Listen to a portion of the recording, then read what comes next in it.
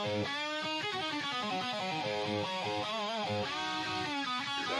is off the drops. I never took off the drops. Guys, yeah, this is off the drops. I never took off the drops. I never took off the drops. This is off the drops. I never took off the drops. Guys, this is off the drops. I never took off the drops. I never took off the drops. Wheels spin on the ground. Sky dark rolls a sound. Echo in the heart's core. Ride like never before. Pedals screaming, wind howl. Freedom rushes through the soul. Chase the night, break the dawn.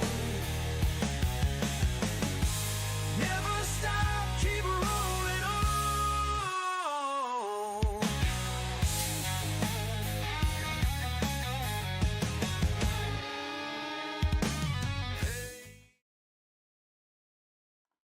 Yo, dudes. Good morning, everyone. Tour de France FEMMES avec Zwift. Saturday morning, late start. They did say 6:40. They've been on this huge depart fictif today, guys. Welcome back to the channel, guys. It's Colin, Inside Cycling World, back live streaming. Looking really tired this morning. Just got back yesterday from the Okanagan in British Columbia, Canada. Great trip outside of the massive smoke that we got yesterday. There's fires all over the place down there, but it really kicked in hard yesterday. Looks like I got some sun on my face too. I feel a little bit burnt. So they've been doing this about 10-kilometer neutralized start here. We are at the Women's Tour de France, guys. Let's just jump back here. I want to show you what we're doing today. Today's stage, 138 kilometers, Lausanne to Lausanne. We are in Switzerland to start. We heard both the Swiss national anthems and the French national anthems to start. Volker Vessel's on the front here, watching them right now. Really cool to see them. So, dudes, you're going to hear a lot of different names, different team names, of course, the riders. It'll all come back real quick. And I'm waiting for the moment that we see Dream pop in. Dream was here last year. Dudes, there's lots of racing going on right now. We're going to bounce back here. We'll take a look at home. Still 3 kilometers to go, neutralized start. They're really dragging this one out, I guess. So we got the San Sebastian Classic underway. That's a one-day race, World Tour race, by the way. Oh, look at this. Dudes, latest transfers are being announced. Let's talk about this. Mauro Schmidt from Jayco Alula, the Swiss rider, is going to Pinarello Q36.5. Casper van Uden. I believe he was Team Picnic Post NL, is going to Alpecin Premier Tech.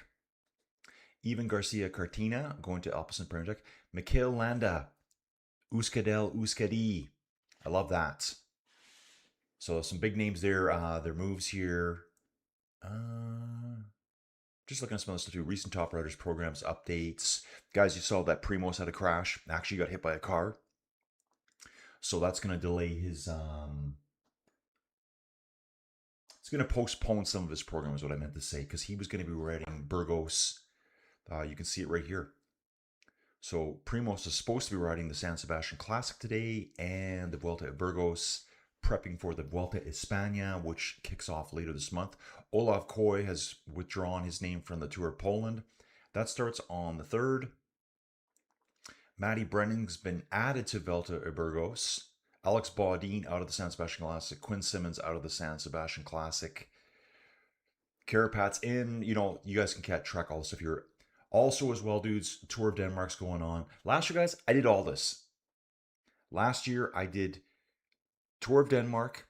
And it's funny, too, because I'm seeing people watching last year's race on my channel, which I'm like, they're probably finding it by accident because there's really not a lot of coverage of that race, as in on YouTube coverage.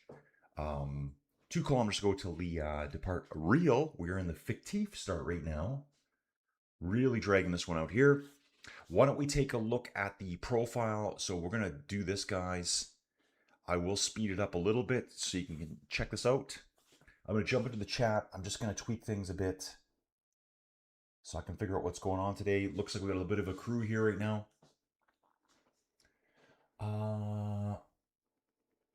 Racing, I watched Denmark and Tour Lane this morning. Yep, this one by Mark Lobolaki. I caught that yesterday. Says he's only watching the San Sebastian Classic today. Gator Todd, good morning, Gator. Gator Todd, where you from, bro? Where's Gator Todd from?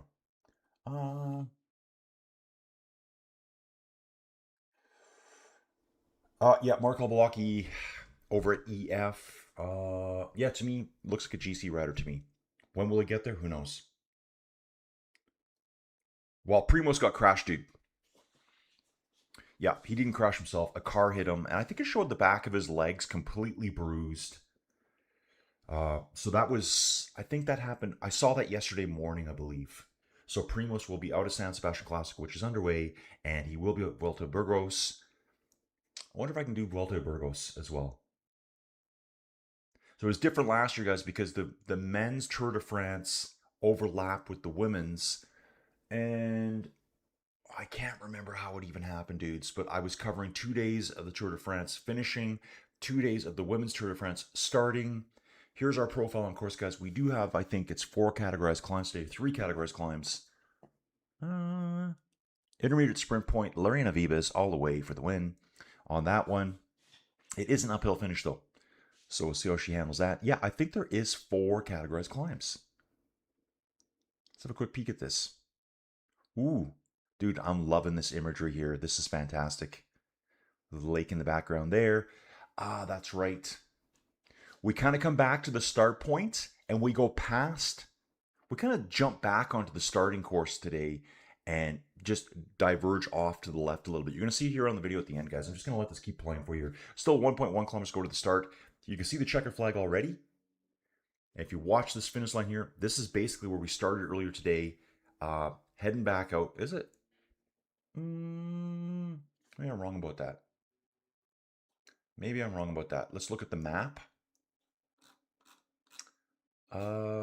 You should be showing me the map. Oh, here it is. Yeah, guys, I'll have to double check this. I'm not sure right now. Taking a look at this here. I thought we started right back at the start line. How's the smoke in your guys' part of the world? Smoke's pretty bad here. It says it's actually unhealthy out there, but bro, it's just some smoke. It's like sitting on the campfire. Yeah, so Primoz got hit by a car, dudes. 600 meters to go. Watch this. Volker Vessels goes off the front. Just watch. That's my guess. Let's get to the live stage. Route. Live. Let's get it. Open up that one. Race director jumping out of the car. Edit. Okay, accept everything. Yep, we're good. I just signed my life away. Yeah, guys, so 3 categorized 3 climbs in the race. Intermediate sprint point. And at the finish line back in Lausanne, we do have that category 4 climb right at the finish where they pop back up. I'm going to actually take a look at the map here and see if I can zoom out. Okay, we didn't start that. I thought we started down here up. Okay, so we started on the north side of Lausanne and we'll be heading back around. I'll bounce back here quickly. Flag comes out. And did they drop flag? It is neutralized. Starts over. Race is on, guys. Race is on here. 138 kilometers to go. Did we start on time? We did start on time. 6:40 in the morning for me. Drew's been out on course before. He was watching the race in the past, I guess. Oh, Drew's talking about watching the Total Eclipse in 1999. Eddie, F1 returns to Malaysia after 9 years to host the Bahrain GP. Dudes, still can't deal with the sound. I've been trying to watch it. Can't deal with the sound. I wonder if people watching it now, and I hate to say people, young people, because I know my daughter talks about it now. It's like, guys, do you realize how good it was? Like, do you realize? You know, do you get it? So, guys, Tour of Denmark's on. Why don't we do a quick review of that, guys? I did all this race last year. I covered every second of this race last year. I'm going to cover the women's race this year just because that's what I want to do. So I'm already seeing lots of familiar names here. The Belgian Flanders team here. At this race right now, should be Wout in the lead. I think he's won 3 stages in a row. I believe Van Aert, Lucas Kubis for Unibet Rose Rockets. This dude needs a win so bad here. Christophe Laporte, Henrik Peterson had a great day. Soren Craig Anderson, Lidl Trek should be really positive here as well. We don't have Mads Pedersen at the race this year, who dominated last year. So if we go back a little bit here, stage 4. Actually, I know what to do. Stage 1. Wout won stage 1. Same time as Lucas Kubis, Henrik Pedersen. Stage 2, I think it was... Oh, this is the one that was so close, yeah. Wout won it by like 1 centimeter over Jensen Plowright. They took 10 minutes. And the first rider I'm watching here go off the front is a rider from Volker Vessels. I believe they're a Pro Series team and women's racing. Bunch of riders jumping up after right now. I have one favorite, Maud from Volker Vessels. I saw her a lot last year. So stage 2 is won by Wout. Stage 3 was yesterday. Won by Wout again. 2 seconds ahead of Lucas Kubis and Christophe Laporte. Dudes, it's the same guys every time, it looks like. It's a Pro Series race. We won't see all the World Tour teams there. And actually, this looks familiar. This town looks familiar to me here. Yeah. I'd have to go back. I'm not going to go back and watch my own videos. I'm not doing that. Okay. Dudes, we're doing it. We are doing it.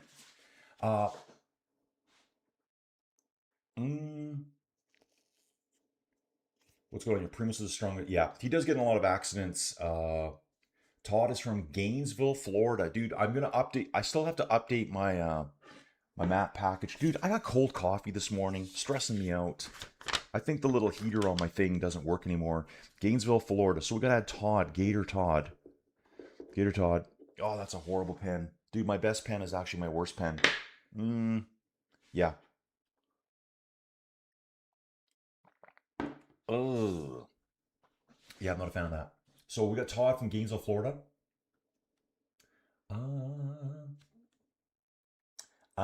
Eddie wasn't here as much because he ran out of phone data. Gadoosh. Morning, dudes. Fab Cycling. Dude, yeah, sorry, I'm just catching up with everyone. Charles Pester from Okotoks. Hey, Charles, are you doing Tour de Frances? Are you going to watch it? Guys, on Monday, so August 3rd, I didn't even remember this till I was away. So I've been away. Dudes, I'll show you quickly where I was. This is where I am. I was over here in this vicinity, Vernon. Oh, all the names are funny now seeing this. Fintry. Yeah, all down through here. Kelowna. I spent most of the week here last week. We were at this park here, guys. This is scary stuff when you go out. We were at this park here. Let me figure out where we were. At this park here. Where's the bridge? Kelowna City Park. We're at the park here. So we're hanging out at the park. Where's the bathrooms? Here's the bathrooms. We go to the bathroom. They're pulling a guy out of the water here. Like 10 police cars, paramedics and stuff. There's like a little floaty thing here. I guess you can't even see it. Pulling a guy out of the water. I'm like, what? I said, I don't even want to go near that water. He wasn't dead. So, but the response that came, I thought, yeah, he didn't die, thankfully. But yeah, scary stuff here. Kelowna. Pretty awesome place, dudes. Pretty awesome place. You're right on the water. There's over 900 wineries here. Really cool. Did a little wine tour. Mount Boucherie. That's where they told me to go. Mount Boucherie. Yeah, the girls told me to go there. And my other girls are down there as well. Yeah, so that's where I've been all week, dudes. I only came back yesterday. So I drove home. It's a 600-kilometer drive home. Got home yesterday, wolfed some food, crashed on the couch. I got cooked in the sun. Found out, I think I saw something on Thursday. So the Tour de Frances, August 3rd here in Canada. Monday is a holiday. It's called Heritage Day here, I believe in Alberta. front of the race here. They're not showing us any details as to who this is, but it looks like one of the Volker Vessels ladies. Yeah, there is a gap. It is Volker Vessels. Get some names here, folks. And dudes, it's going to take a little while to clue in as to who all the riders are because they wear different jerseys. Some of the teams are the same names. Some of them are just slightly different. Like Team UAE here is called UAE 80Q. Is that right? EF is EF Oatly. Why don't we take a look at that? Team Visma, Lisa Bike, same. FDJ United Suez, Canyon SRAM. UAE Team Lamad. Okay, that's different. And I'm going to destroy that one. Team SD Works Pro Time with Lorena Vibes. The team I'm talking about on the front right now is Volker Vessels cycling team. Always at the front. Maud Rinbeck here. Likes to get right to the front, likes to be in the breakaways. And this could be her at the front right now. So lots of good teams here.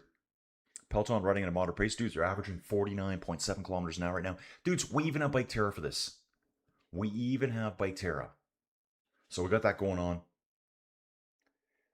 Yeah, we got 9 stages coming up, guys. Good morning, one and all from Charles. So Charles, yeah, dude, I'm going to try to go to the Tour de Bonesse. So Tour de Bonesse, guys, I might even pull it up on here. It's a bike race. It's a crit race in Bonesse, which is part of Calgary. So we're going to do that. Bonesse right here. I think Bonesse was a separate town at one point. I've lived in Bonesse in the past. Actually, no, I lived in Montgomery. But actually, I did live in Bonesse. Dude, that's hilarious. I used to live in a little rat hole of a house down here. Let's see what it looks like now. Let's see what's going on with Calgary now. Nope. All the houses have been replaced with all these big infills. You know, 2 houses on 1 lot. I'm not really a fan of that, to be honest. Like, that used to be 1 house. That was probably the house right there. The little rat hole house. And I also did live over in Bonesse. I lived over here somewhere. I don't know. Somewhere in this area. I lived in a basement suite when I was in school. But downtown Bonesse, there's a crit race going on Monday. I think a bit of a music festival, street festival, food trucks, merchant tents. Dudes, I'm going. Guess what? And I'm going to go in this jersey. I'm going in the one and only... What's this here? Wire and wheel bikes. There's Bonesse Cycle down here. Actually, I got to think about where I am, guys. I'm kind of lost right now. Okay, I know where that is. Dude, it all looks different to me. Yeah, it all looks different. I'll figure out where I am. 7-Eleven there. Yeah, isn't there like another part of Bonesse? Oh, down here. Bonesse Drive. This is the main old part of Bonesse here. So there's Bonesse Cycle, all that stuff. So I'm going to go check all that out.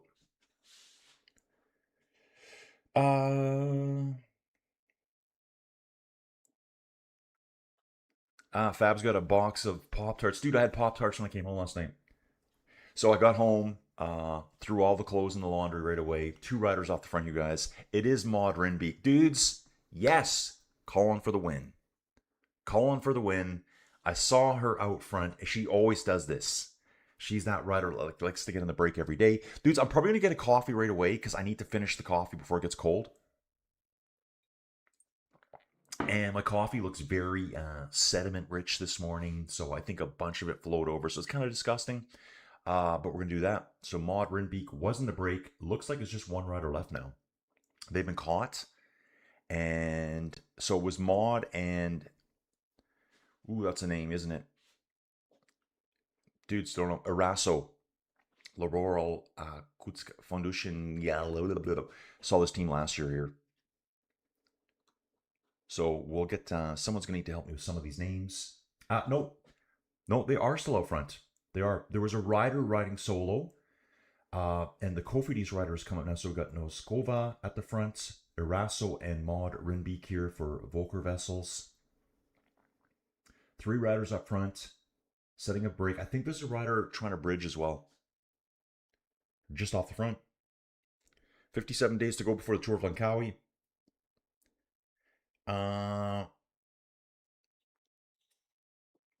Rail says he's going to boycott next year's Tour de France. I don't know why. Uh, the Tour de France was so frustrating that I'm sure 100% I will be boycotting it next year. Um, wants to see a peloton-wide cleanup, or the nutrition will be equally dispersed. Dude, the nutrition? What are you saying, man? What are you saying? Not sure what Rail's saying here.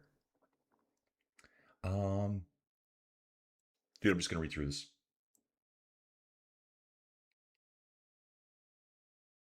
Yeah, dudes. Back to Denmark. Yeah, there was like 1 centimeter. It took 10 minutes to get the result in.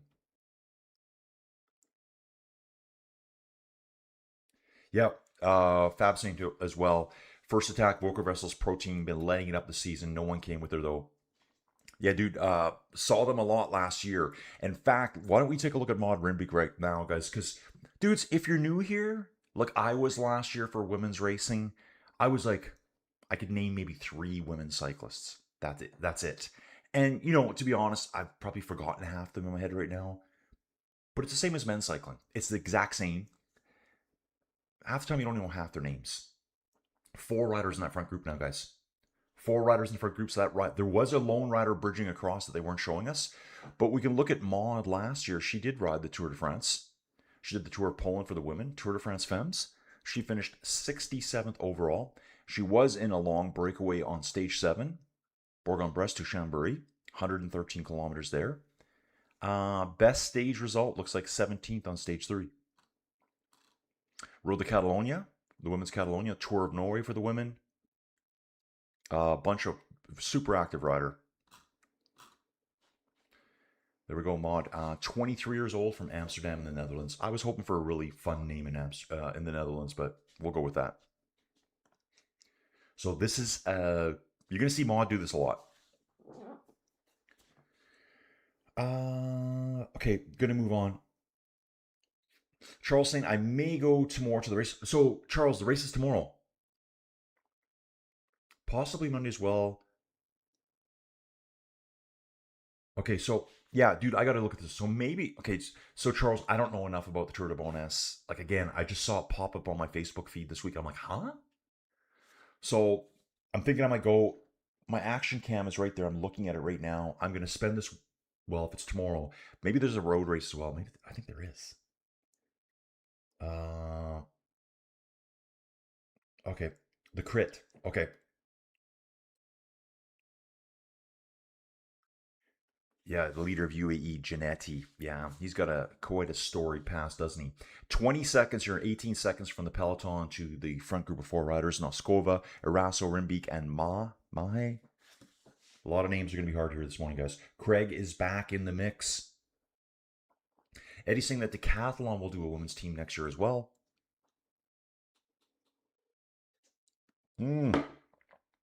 Yeah, fun. Yeah, Craig, thanks. It was a good trip. Dude, I just did touristy stuff. Wine tours. I don't drink a lot of wine, to be honest. But it's fun to go look at the wineries, see the vineyards, and of course the buildings are really cool. I did a bit of a cider tour. Movistar has a full team here. Ooh, that's Marlon Reuser's team. Burrell, Leanne Lippert. Big names I know there.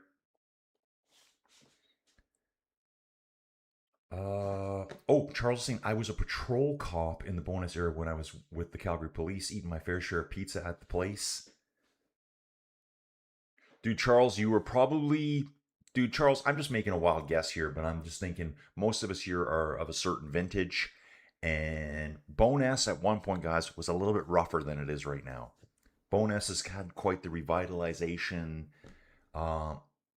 It's an older part of Calgary. Investors that came in, bought out old, kind of older, smaller homes on big lots, smashed up new houses. So it's a lot different now. Jim from Vegas. Yep, dude, that's true. It says Now River, but the Bow River. Yeah, dude, Bow River's kind of known for its fly fishing. Jim says he's going for the upset today. Squeeban, Mava Squeeban won 2 stages last year. Let's take a look at Mava. for UAE. So you guys, I do remember this stuff. She won 2 stages at the Tour de France last year. And we're going to bounce back to see which stages they were. She won stage 6 and 7, 2 back-to-back stages.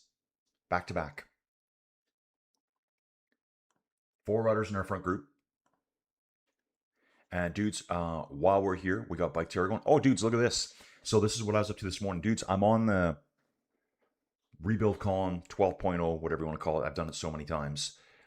So I was on Bike Terror this morning. Look at all the routes in Kelowna. I might do this one down here. So I'm going to ride probably virtually today because the air quality is unhealthy out there today. I might do Skaha Lake. It's a route around the lake. The Okanagan Lake here is, I learned this, I went on a boat tour, guys. I did a little boat tour. It's 85 miles long. Starts up at Vernon, goes all the way down to Penticton. The next lake down is called Skaha Lake. And I found a route to do here today. So I'm thinking I'll probably do this one. It's not long. It's only about 19 miles long. A little bit of climbing. So I'll probably do that today. But the whole point or reason here for is this Tour de France. And we're going to spectate this here, guys. Now, we know there's 4 riders up front. They got a 42-second break. Let's see if Bike Terror is showing us that.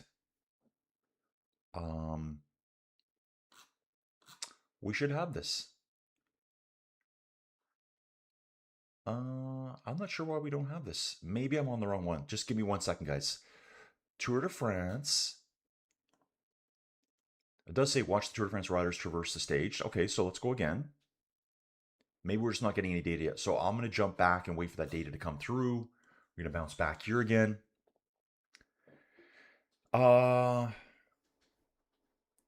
Charles asking what day and time are you going to go to Bonus, and I'm looking over there. Charles, I'm not sure yet. I'm going to have to look at the schedule. Like I honestly don't know the schedule. I thought in my brain everything was happening on Monday. If that's not the case, I need to get my act together today.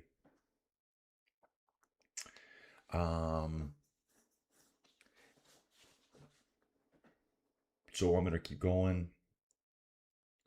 Yeah, Fab Cycling. Exactly, Fab. He's saying here too. Rinbeek for Volker Wrestles. She's always in the break. Dude, totally. I watched it all last year. Rail's talking about the San Sebastian Classic. Yeah, I think there was about 9 riders in the break early on. We'll look at that one too. San Sebastian Classic. There's 8 riders in the break. Obviously, our favorite right there is Nicholas Sukowski from Q36.5 Pinarello. In the break, the Canadian. He's been in the break all day. I think the max lead they got was out to about 3 minutes in this one. San Sebastian Classic is a tough race, guys. It is a World Tour race. So we should see all of the World Tour teams there. Little Trek, Derek G's already back racing. Bauke Mollema racing. This could be one of his last races. San Sebastian Classic and then Il Lombardia will be the last race for Bauke Mollema. Got a 5th rider trying to bridge up here now at the women's race. So yeah, you can see Red Bulls there, EF, Jayco Alula, UAE, Pro Series team, Equipa Kern Pharma. Looks like the majority of the World Tour teams are there. Burgos BH, you're going to see them a lot more now. Remember, the Volta of Burgos is coming up too. Euskadel Euskadi, Caja Royal. At this race, the 45th running of the San Sebastian Classic. Ow. A little kink in my neck there, dudes. So, but we're going to stick here. Acceleration. Oh, it's a Canadian going up the road. Kiera Lilik. Riding for Mayenne Monbana Maipai. And that's a team I've never seen here before. She's from Guelph in Ontario, Canada. 22 years old. So she's a sprinter. Just finished riding the women's version of the Portugal Tour. And we'll bounce back here again. Just let that just go, guys. Charles got a good comment here. Charles, I was just thinking that when I saw this new Canadian who I don't know. Allison Jackson's trying to bridge up, guys. Allison Jackson, Canadian rider who won Paris-Roubaix back in, I believe, 2023. Didn't she? She's won the what? Yeah, there it is. 2023, she won the Paris-Roubaix. Won a stage at the Volta España for the women, C-Max Ladies Tour. Been road race champion, 3-time Canadian road race champion. She's 37 years old. From Vermilion. Dude, that's in Alberta. Vermilion, Alberta. Like, how did you get there? Vermilion, Alberta, dudes? It's just like, okay. I don't want to say it's, whatever, but it's kind of whatever. Dude, I don't see it right now. Vermilion. Let's see what's going on in Vermilion today. Vermilion, Alberta. There it is. There is the hot spot of Vermilion, Alberta. Wow. Incredible. I've actually I don't know if I've ever been to Vermilion. I've driven past it. That's it, guys. There it is. You can become a World Tour rider riding from Vermilion, Alberta. Love it. Bouncing back. 121 kilometers to go. We got 4 riders in the front. Allison Jackson's trying to bridge up right now. We got a second Canadian trying to jump with Allison. Let's go, Canadian girls. So, Charles, good comment there. Frankly, Charles and frankly, Canadian women have shown to have better representation in international sports than men. I'm going to keep moving on here. Dudes, I got to catch up. I'm trying to get caught up right away. And trying to get back into the flow, get back into the vibe.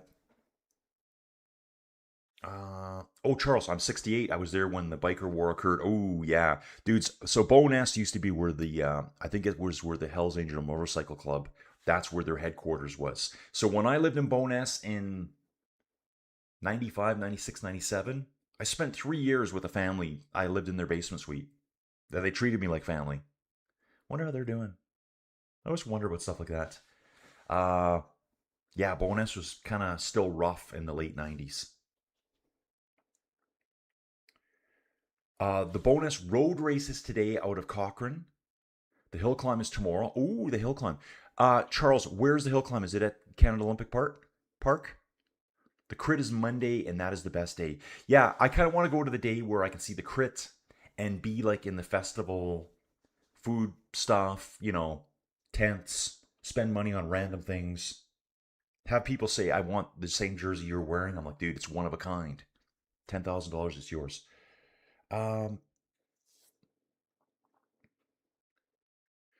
Gotta keep moving, you guys. Jay saying, I believe there isn't a hill climb Sunday. Masters were out of Springback. Is that? Dudes, yeah, I'm all over the place. Sorry. I feel like I need a hot coffee. Dude, I think the heating element on my coffee maker has died. I hate that. Eddie saying Ethan Hayter's brother, Leo Hayter, will be at the Tour of Langkawi coming up. Debbie, hi, do you stream the Tour of Denmark also? Debbie, I did last year, and the race is on right now, so, there's so much racing. This is actually more congested than last year. So the Tour of Denmark right now, complete peloton. Wout van Aert has won 3 stages in a row, set up for a sprint day here. Because, yeah, let's take a look at the Tour of Denmark for a little while. The women's race is underway. They now have a 2-minute lead. Maud at the front here, as usual, number 166 for Volker Vessels. Got a Cofish rider riding that really nice looking frame. Watching a bit of a replay here. An attack by, it looks like a Lotto rider. Remember, dudes, I'm probably going to use some of the wrong names. Yeah, it is a Lotto Intermarché. On the women's teams, I don't want to say it's weird, but it's weird because the teams are named differently. They just have different sponsors. So sometimes it won't be, UAE the same as the men. It's just how they do it. Dude. Okay. So we are covering the men's race right now. I don't have any. You know what? They might have a good website. They might. Yeah, so Debbie, I did all of it last year. So guys, it's funny when I look at my YouTube channel, when I set things up. So I set this up before I went away. I'm looking going, why are people watching my race from last year? Because people are just finding it by accident because there's not a lot of coverage of some of these other races. And I covered all of it. And I'm proud of that. And I'm going to say it over and over. I covered every stage of the Tour of Denmark last year when Mads Pedersen absolutely smashed everyone. It was a really good race. So Debbie, welcome aboard. Debbie, where are you from? See if I can write that down. So we got Todd from Gainesville. I got to remember that. And I'm thinking what I might do, guys. People that we meet new at this race are going to get a different color pin. I think I'm going to do that. I might make, for the women's race, I might make them all pink pins just because, you know, because I'm going to stereotype it.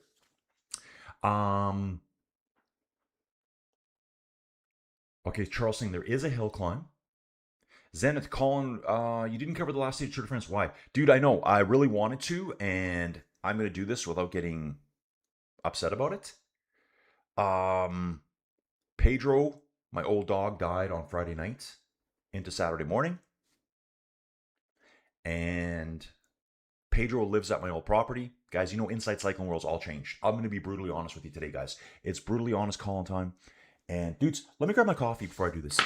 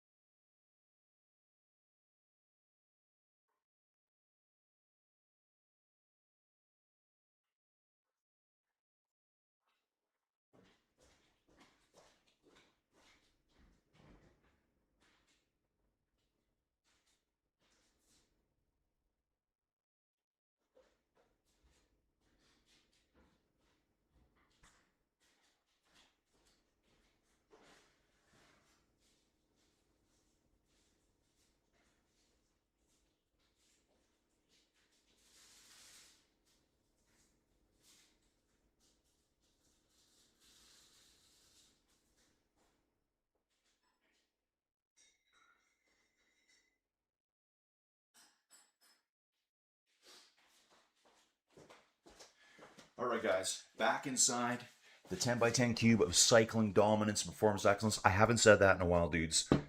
So yeah, Debbie, we did stream it last year. Why didn't I do it this year, guys? Why didn't I use Stage 21? It was set up to stream 2 minutes 44 seconds here for the 5 women in the break. Let's take a look at them. 5 riders in the break right now. Yeah, it does say there's, oh no, it says 4 at the moment. Do we still have those riders chasing? Allison Jackson, there's 2 of them there. It's 2 Canadians riding together here. Love this. Remember the different named teams here. So I think Allison Jackson rides for Saint Michel Auberge, I think is what it's called. 37 years old. Albertan. Then we've got another rider trying to get up the road here. Romina, she's from Mexico, Lotto Intermarché. So that's the Lotto Intermarché rider that's been trying to jump up the road here. Let's just let that get situated here, guys. And we'll, what's the best way? Oh, dude, let's do this. Yes. I forgot about this.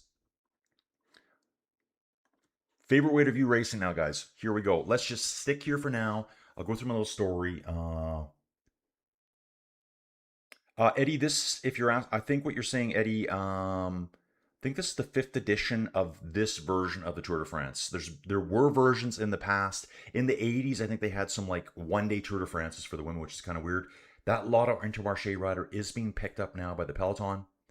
So Romina from Mexico, the Lotto Intermarché rider, has been picked up. I think her name would be Hinojosa.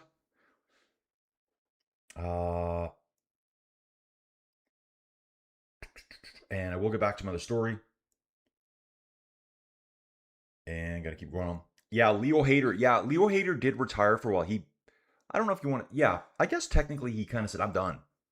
That's what he said. And he's trying to make a comeback. And he was trying to, I think last year he was trying to get qualified to ride in the time trial nationals or something in the UK. He's like, any team, pick me up. Any team. Wow, we've even got little dude, they've changed it again here. So look at this. Now we even have little cycling avatars here.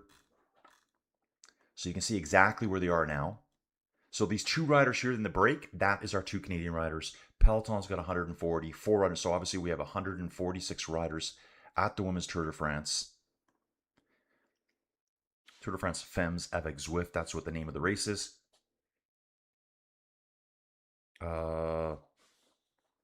Montgomery is the hill climb. Oh, okay. So Charles, you mean so Montgomery is like home road or something? So I remember in Montgomery there was a couple of roads coming. Home road was always a nice little steep one, just punchy. And actually on the end I lived at, there was a nice little road that went up right beside that little school that's right off of Shaganappy Trail.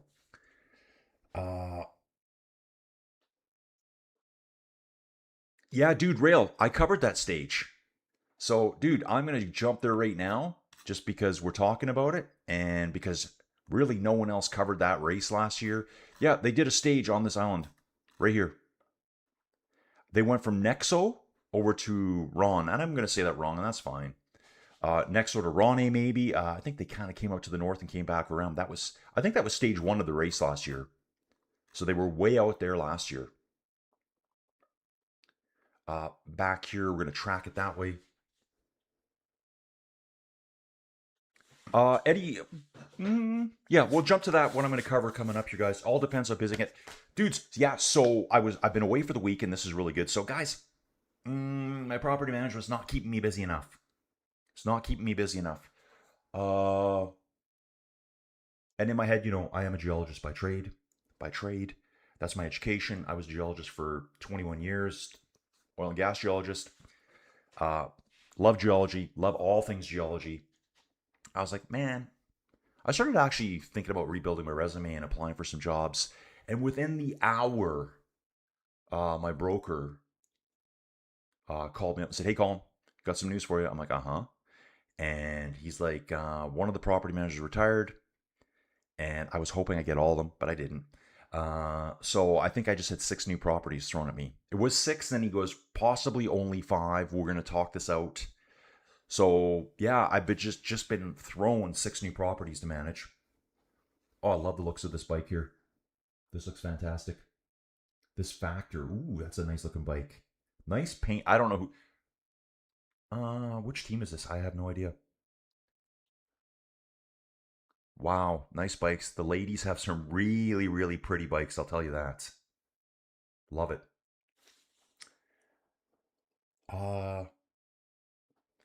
What would I do if it started in Greenland? So we'll talk about the schedule coming up. I'm gonna keep going. Yeah, guys. Okay, so I'm gonna go through it now. Why did I not do stage 21? I know because it looked like the best stage ever of all time to me, with Mathieu van der Poel winning. He's my favorite cyclist. I just think he's the coolest dude on the planet. Just saying, he's got it all, right? He's got it all. And I always say too, I'd like to see some of the World Tour road riders ride CX with Mathieu. I'd love to see it. And I know someone's going to say, well, yeah, I think Poggy won a CX race. Sure, great. He's not going to beat Mathieu van der Poel CX racing. I guarantee you that he will not. I don't think he'd even be close. He will not have the same kind of bike handling skills that those guys do. It's a totally different thing. But anyways, wanted to do it. My poor old dude died Friday night, and I knew he was going downhill. So through the week, I had to go back to the Inside Cycling World property, which, guys, if you weren't there last week, I talked about it. That property is no longer mine anymore. Inside Cycling World kind of got blown up. Demi Vollering out the back. Is this Demi? No, it's not.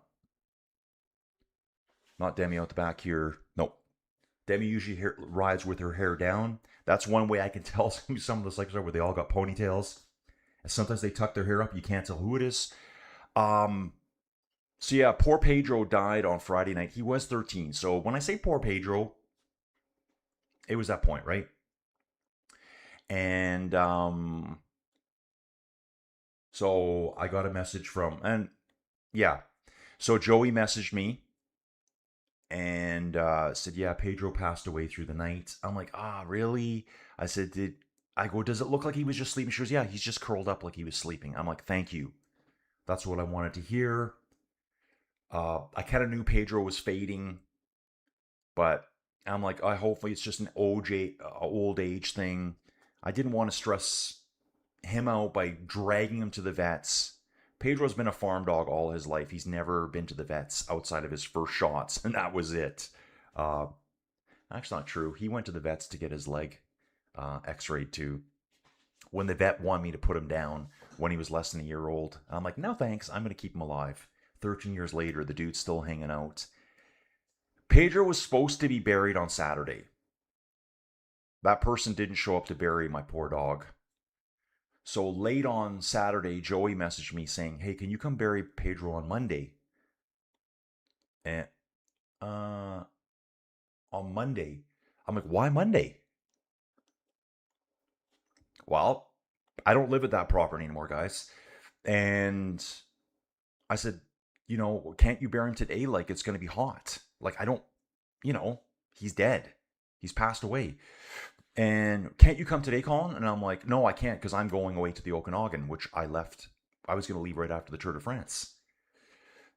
And then I was just sitting there stressing out on Saturday night. And I'm like, I'm not leaving my poor dog sitting there on the ground until Monday, Tuesday for someone else to show up and bury my poor dog, which he should have been buried immediately. So I canceled everything on Sunday. I drove out there to a place I didn't want to go to again. On Sunday morning, I buried my dog and I left. So he's buried on the property, like probably within 10 feet of his brother, who he lived with his entire life, up until Igor passed away about a year ago. And so they're very close together. So dudes, I went up there, buried my dog, gave him a nice resting place. I put a nice marker on it for him. And so I basically drove to my old property, buried my dog where he was born, beside his brother. Never going back. Never going back there. And then I just started my drive. So that added like an extra 2 hours onto my day before I have to do a 6.5 hour drive. So I was a little bit that day. So that's why I didn't do it. But I missed an absolute banger stage. Yep, Tour of Poland starts August 3rd. I think Volta Burger starts August 4th, dudes. It's 4 minutes now from the front break here back to the peloton. 2 riders still stuck in the middle. Hopefully they can get bridged on board. That's the 2 Canadians. Looks like Lilik and Allison Jackson. I'm going to keep moving on, guys. Trying to catch up. Because I'm really far behind now. I've only got 38 people here. Come on, guys. Support women's cycling. Dudes, it's always something I have an issue with. I'm just going to talk about it here. People want more support of women's sports in general. Then start watching it. And I mean, I'm not referring to you guys. I'm talking to other people. Oh, right there. Dude, climb up to the top of McKay Road. Dude, I lived on McKay Road. Charles, it's so awesome you said it. Dude, only because you said McKay Road, Charles, that I would know. I'm like, that's where I lived. I lived on McKay Road. McKay Road will be right alongside that school. Just watch this, dudes. Bonus. Here's this. That's McKay Road right there. So, dude, Charles, I would have lived right here. And Charles, if you patrolled this area back in the days, you know how ratty the houses used to be. Like, look at this one, guys. I'm not saying this is a ratty home at all, but this is what they were like. They were just little homes. This one looks really well taken care of. But this house is probably built in the 40s or something. They've all been replaced. And so, dudes, if you look here, you can see a hill in the distance. It's just a wall. I used to ride up this every day to go to university. I'm ready for the hill climb. Let's go. Colin's going to show up and rock it. I'm gonna ride it with my TT bike. And so, there's a school here across the way. I think it's an elementary school. But I lived on McKay Road. That's insane. 108 kilometers to go. 4 riders in our front group right now, guys. So guys, climb to the top of McKay Road, 141 vertical feet. So it looks like it's a 1 kilometer climb with 50 meters roughly elevation gain. So a little 5% gradient.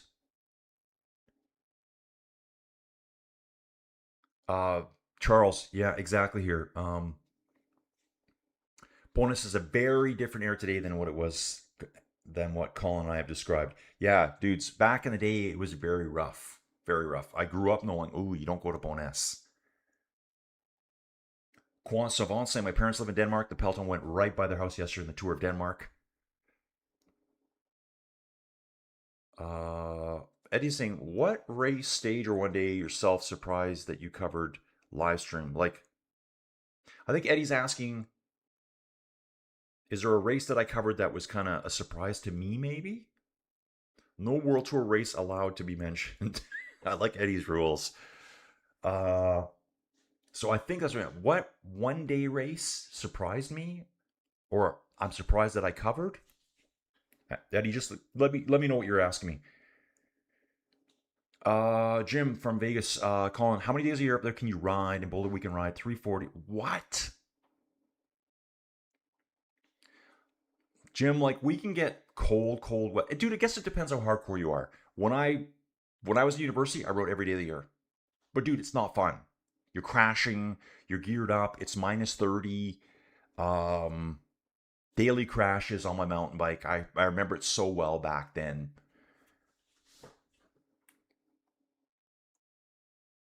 And the coffee maker still does work, guys. The heating element wasn't turned on, the keep warm thing.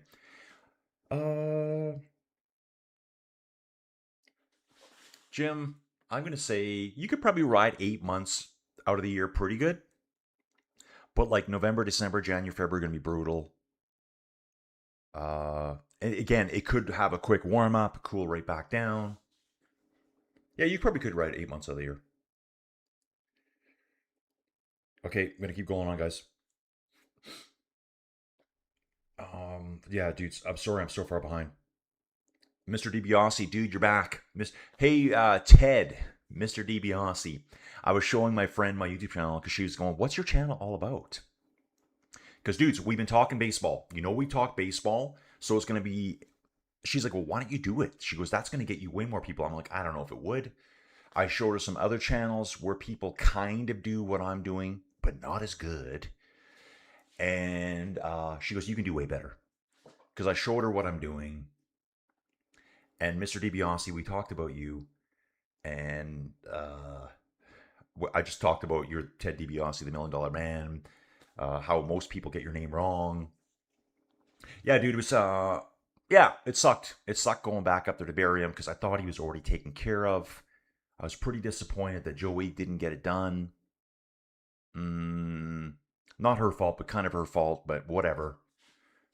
So, dudes, if you've been around a long time, the blunt reality is that me and Joey Jojo are not together anymore. That was my reality at Christmas time. And so I've kind of kept it hidden a lot, but it gets easier to talk about all the time now. So for the last 6 months, I kind of went through a little bit of a purgatory hell. So you guys saw I would have race videos planned, and then I would never show up for them. Stage 21 of the Men's Tour de France. I'm fully back on my game. It was just, I had to go do that for that dog. I'm like, to me, it was like, to leave him out was so disrespectful to him. So I said, screw it, drop everything. Even though it's like, I had to go 45 minutes away from the 6.5 hour drive I had to do later in the day. So 45 minutes up there, go have the pleasant experience of burying our family dog, to drive 45 minutes back to start my drive. Anyways, I survived.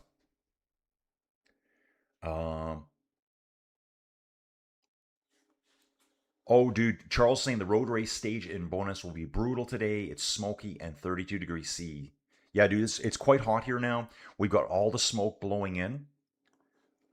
Dudes, so that's McKay Road. We got that going on. I'm going to zoom out a little bit here, dudes, just so you can see where we are in the world.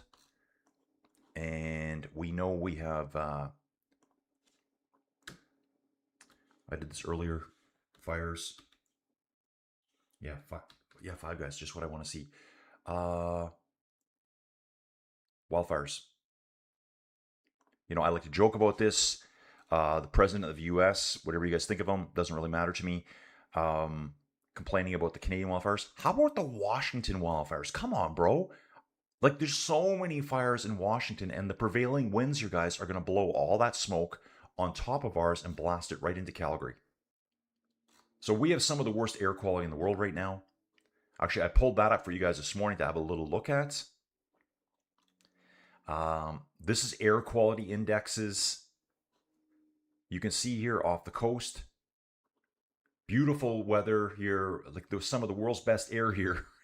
There's all these fires in Washington that are adding on to the smoke that's coming out of the Kamloops region, and it's unhealthy. Once you get to red, it's unhealthy air conditions. It's the particulate size matter, this PM 2.5 and PM 10. That's the size of the air particles. Dude, it's basically smoke that's coming off of fires. It's really not good for you. So if you go camping a lot, don't sit there right beside the fire. So that's blasting Calgary right now, and that's where that Tour de Frances is going on. So hopefully the dudes are all okay out there today. I'm going to bounce back to this one here. Got one rider for EF Oatley on the back here right now at the team car, right behind the Cadillac EF Oatley car. 4 minutes now from the break. Looks like the two riders behind them are slowly trying to bring them back. They're sitting at a minute back. Moving on here. Oh, the hill climb is an open entry, so I can go race that today. Greg saying Marlon Royser for the win. You need your UCI card. Dude, that's interesting that you can just go into that one. It's just 1 kilometer, right? Dude, we're having train talk here, talking about the Swiss race with the racing the train. I think I actually remember that too, Tour de Suisse.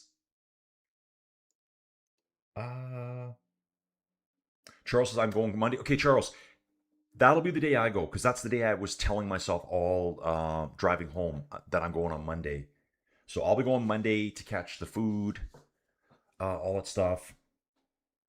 Even though I'm supposed to be back training myself. So dudes, I'm going to start getting serious about my training again.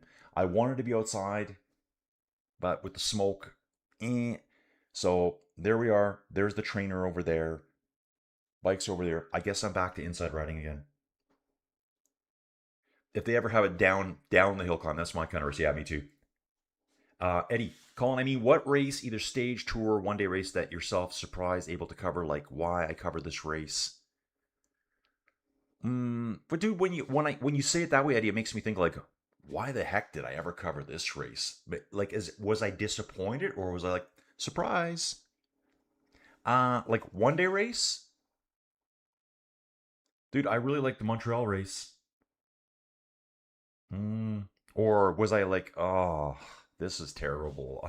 Maybe that's what you're asking. Dave, Toronto, back in the mix. Dave, how warm is it in Toronto? Yeah. Don here saying it's okay. Stuff happens. I wish Joey Jojo all the best. At least we still have each other. Dudes for life. Yeah, bros in the mix, guys. And move on. Mr. DiBiase says, I respect you more for being loyal to your pup. I had an English Bulldog I had for 8.5 years, and I was a wreck for months when he passed. I don't have kids, but that was like my child. Dude, exactly. Dude, I was just like, what do you mean he's not buried? Because I said, I'll come out right now. I go, but it's kind of hard for me to come out there now. And I was told, that's okay. I've got someone coming out to bury him. That person was a young person and decided, oh, I don't need to bury him today. I'm like, I'm not leaving him out there. Because in my head, I was thinking, well, what if that dude that's going to bury him on Monday doesn't show up till Thursday? What's going to be left of him on the ground? So I was like, there's no way that's happening. So I just said, I think I woke up Sunday morning just going, no, I got to go. I got to go. Yeah, dudes, losing any pets, animal, cat, dog, cats, whatever, bird even, if you had a bird, it's hard losing your pets. Big Balls Wrinkle, let's go Tour de France FEMMES avec Zwift time, guys. Remember, the race title sponsor right now is Zwift, the cycling platform. Zwift, let's go. Right here.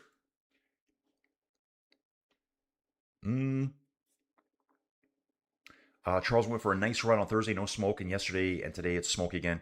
Yeah, Charles, down in the Okanagan when I was there, a little bit of smoke. Really nice, actually. And then Thursday night, the smoke rolled in. By Friday morning, you couldn't even see across the lake. I could just see the outline of the hill across the lake. So brutal. Ooh, Dave's saying it was 41 degrees Celsius yesterday. Could not hydrate enough. That's brutal. So yeah, we got some rough, smoky conditions here, guys. Noskova, Iraso, Rinbeek, and Mahe on the front here. 4 riders up front. Dudes, let me take over. Yeah, look at that. Love it. The direction that they're heading in right now, going along the lake again. What's really cool too is those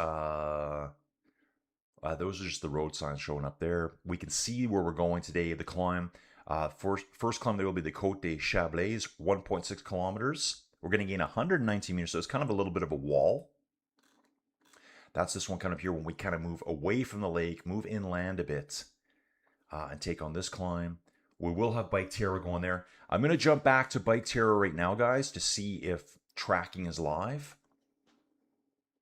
And it's not for some reason. I don't know why. So it does say that the race is on. It does say, yeah, this is. It's weird. So we're not getting any data there yet. Maybe Matt's around in the mix. He can tell us what's going on. And I'm going to keep rolling on here. Dave says, I'd rather lose family than pets. Family, I might celebrate. Yeah, Mr. DiBiase says the same thing. Same here.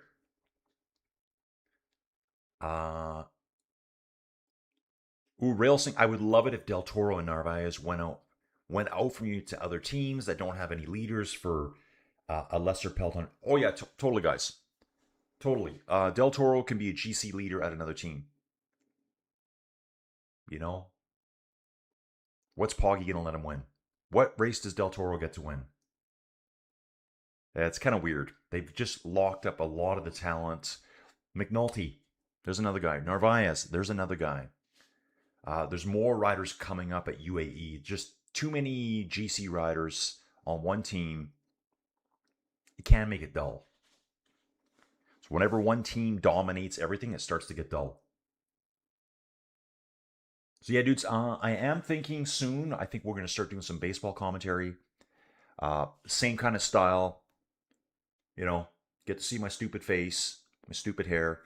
We'll do the commentary. We'll have the stats going. We're gonna go deep dives into stats, and we can talk about whatever we want. Obviously, they won't be tracking like this, but there'll be some kind of display showing you what's going on, and we're just gonna dive into the world of baseball. I think there's still 50 plus games left in the regular season. Donaldson, there are plenty of rides for Del Toro to win. Poggy can't be everywhere at once. Yeah, Del Toro's season really kicks off later in the year. In fact, let's take a look back at San Sebastian Classic right now and see the teams that are here. Let's take a look at the start list for UAE at this race. Igor Arieta, Jan Christian, Benoit Cosnefra, Jonathan Narvaez, Pavel Sivakov, Kevin Vermeeke, Jay Vine. That's a strong, strong team, dudes. That is strong.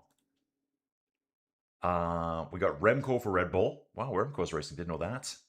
Echeverria, Herzog, Martinez, Gianni Moscon, Palazzari. Ooh, Palazzari's back in action. Maxime Van Gils.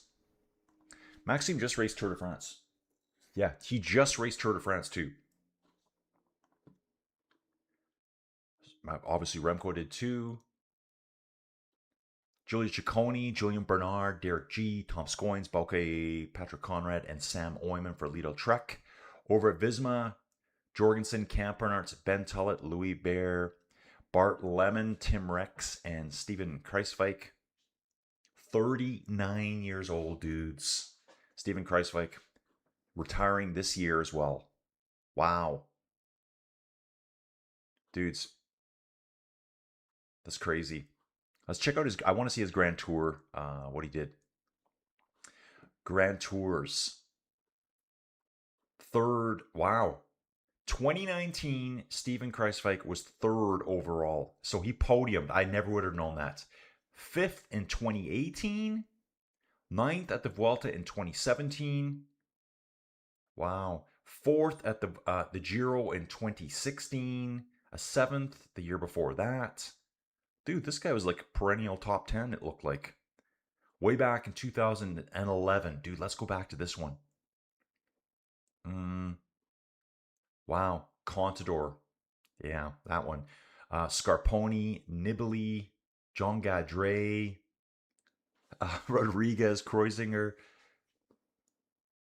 Yeah, Kruijswijk right there. Denny Menchov was in that race. Wow. So retiring 39 years old in this year. Wow, really good Grand Tour specialist, really. So he did all 3 of them and had top 10 results, it looks like, in all 3 of the Grand Tours. They need to make that a badge as well. Maybe they've already got that. Yeah, right here. Grand Tour podium. Oh, podium. So I don't think he got... No, he didn't podium all 3, but he podium 1 for sure. Allison Jackson, you're still trying to catch on. Super air position. Allison Jackson is quite the character, guys. If you've ever follow Allison Jackson on Facebook, yeah, she loves to dance, loves to do goofy things. Riding solo here right now. So she's no longer with the rider she was with before. We're going to go back to Tour de France, guys, because this is really what I want to cover. Yeah, Allison Jackson now. So she's gone ahead 30 seconds over Chiara Lillich. Riding solo. So she was riding at 105 back, and now she's closed the gap down to 30 seconds.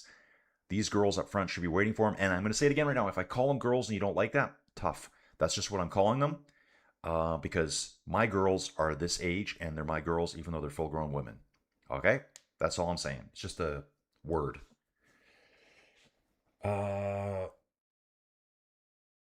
Okay, just going to go back. Okay. Oh, gotta back up, dudes. I gotta back up again. Rail saying there's too big of a disparity between teams, and UE is so greedy it actively destroys the peloton. Also, Jorgensen or Nordhagen to move out of Visma, and I guess Skelmos from Lidl. Yeah, where's he gonna go? I mean, they brought a Yuso in. Skelmos is probably sitting there going, "Come on, bros. Like, why did you bring him in? I'm better than he is." Dan Lloyd said it best, Poggy is the GOAT, no doubt victorious while riding as a domestique for Isaac.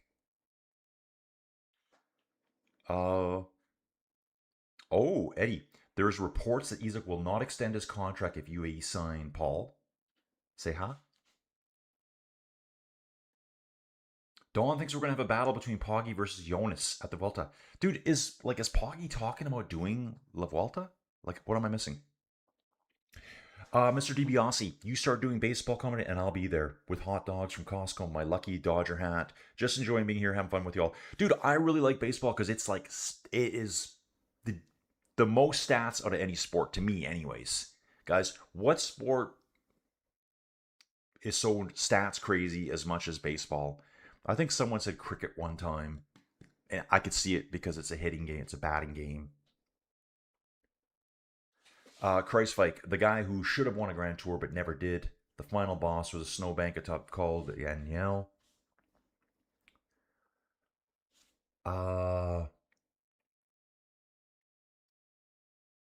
Kruijswijk with Mollema are still the last still active guys that were part of the brilliant 2008-2010 class of the Flying Dutchman, starting with Robert Hessink and ending with Dumoulin. Yeah, dude, both retiring this year, Bouke and Kruijswijk.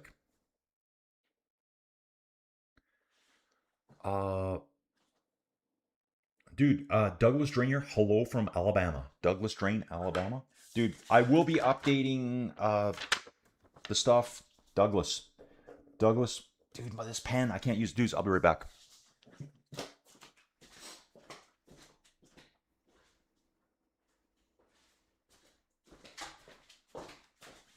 Sorry, dudes, I'm not prepared today, being away. So we got Douglas Drain from Alabama. We're going to add Douglas to the map here right away, too. Drain, Alabama. So, dudes, the pin map is running. The pin map's open, dudes. So, if you're watching, get yourself on the pin map here. Like I said, I'm going to start changing these to the race that I'm covering. I want to document where everyone kind of joined in. So, I think I'll probably do pink ones for the women's race, light blue, I don't know, something like that. So, Douglas is going to be added on. Gator Todd's going to be added on. I think Debbie. I don't know where Debbie's from. So, if Debbie's still here, let me know where you're from. We will watch the race here. We're going to zoom down a little bit. Ooh. Yeah. Watch the race here, guys. 4 riders are from Allison Jackson chasing.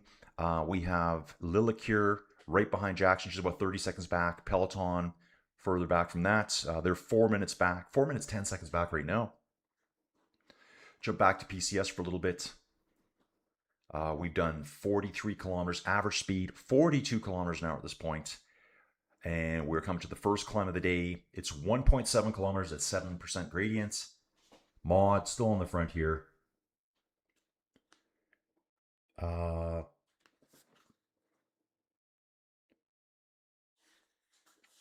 Okay. Oh, check this out. So we got Doug here. Eddie saying Una will do everything to sign Jonas. It's part of their plan. Dave, baseball is the only sport where you can actually compare over generation, multi-generation maybe, or yeah. I think what Dave's saying, you can compare hitting stats from this generation to that generation. Don saying, when Poggy was asked if he would ride La Vuelta this season, he didn't say no. 3rd place finish in 2019. I think he will go to the Vuelta. Okay. So Don thinks he's going to La Vuelta.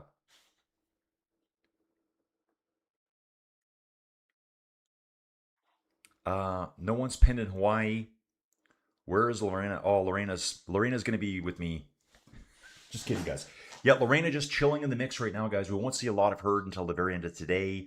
Now, it is a climb at the finish. It's 2.6 kilometers long at almost 5% gradients. Dudes, and I think if I look here, dudes, I'm going to have a quick look and let you know I'm watching on Flow Bikes because people always ask, how are you watching this? And I can watch the San Sebastian Classic right now, dudes. So the San Sebastian Classic right now, I'm going to have a quick peek there and see what's going on. They are on quite the wall here. Erlate's 3.8 kilometers at almost 11% gradients. We've already taken on a tough one before that, 8 kilometers at almost 5.5% gradient. This is a Category 1 climb coming up here. 10 points available on the climb.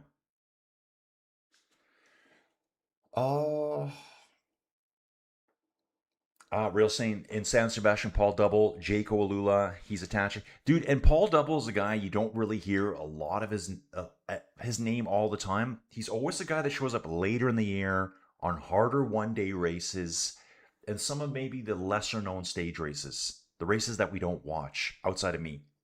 Like the Tour de Guangxi, where he killed it last year on one of the stages. Did he win that race? Paul Double here, 2025. Yeah, he did win that race. I completely forgotten that. I was like, did he? And he basically won it on the second last stage. Bigger Hill Climb Day, he just went for it. Smashed it, got first place, held on to the finish line. Last day was a sprint stage. He also did something very similar at the Tour of Slovakia. Very last stage, went from 39th overall to 1st. Hill Climb Day. I think he had a teammate with him as well on that stage. Felix Engelhardt, who we just watched at the Tour de France. Yeah, and if I remember right too, it was a big battle between Paul Double and Bart Lemon up that last climb of the day. It was this race right here. You can see the profile. There was a Category 1 climb at the very finish of that stage, and he just blew it out of the water. That was a really good race too. The Tour of Slovakia is a great race. Dudes, I did all of that one too. So, yeah. That's what we're all about here. San Sebastian Classic. Keeping up, dudes. Oh, yeah, dude. Rail, I do know that. As for some interesting history bits, I believe the DNA tests of some indigenous people in Peru confirmed a possible Polynesian mixture dating back 1,000 to 15 years ago. Dude, that's the latest thing. Like, they're saying, well, someone probably said it 30 years ago and got laughed at. We know who we're talking about. Now they're saying that, so Easter Island may not have been found from the west, coming from the west. It may have been found coming from the east. I think there's talks about that going on. So that maybe people went all the way around way back when and then came across this way. That the whole history of North America is changing all the time. But if you say it ahead of everyone else, you get ridiculed. I don't like that. It's okay to have different ideas. It's okay, guys. You can talk about different things. 4 riders up front: Noskova, Eraso, Rinbeek, and Mahe being pursued right now. Allison Jackson pulling them back right now. She's 20 seconds behind right now. Kiara Lilick from Canada at 50 seconds. Peloton at 4:01. It was long suspected Polynesians had contact with South America. It's not shocking, as at the time they were the best seafarers in the entire world. Exactly. Yeah, so it's always been that they discovered Eastern Island from the west, and now I think people are saying maybe it was from the east. And it's based on DNA they found there. Dude, really, I also heard too, I think they were saying that I think they found a bunch of like more, I don't know, am I allowed to use the term Aborigines anymore? Is that a term I'm still allowed to use without being crucified? Like Australian. I think they found a lot of their DNA in South America as well. So I don't know if anyone else has heard about that.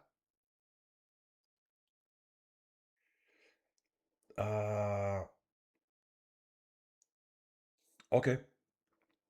Wilson, actually, you won't be ridiculed. It was long suspected Polynesians knew about the Americas. Okay.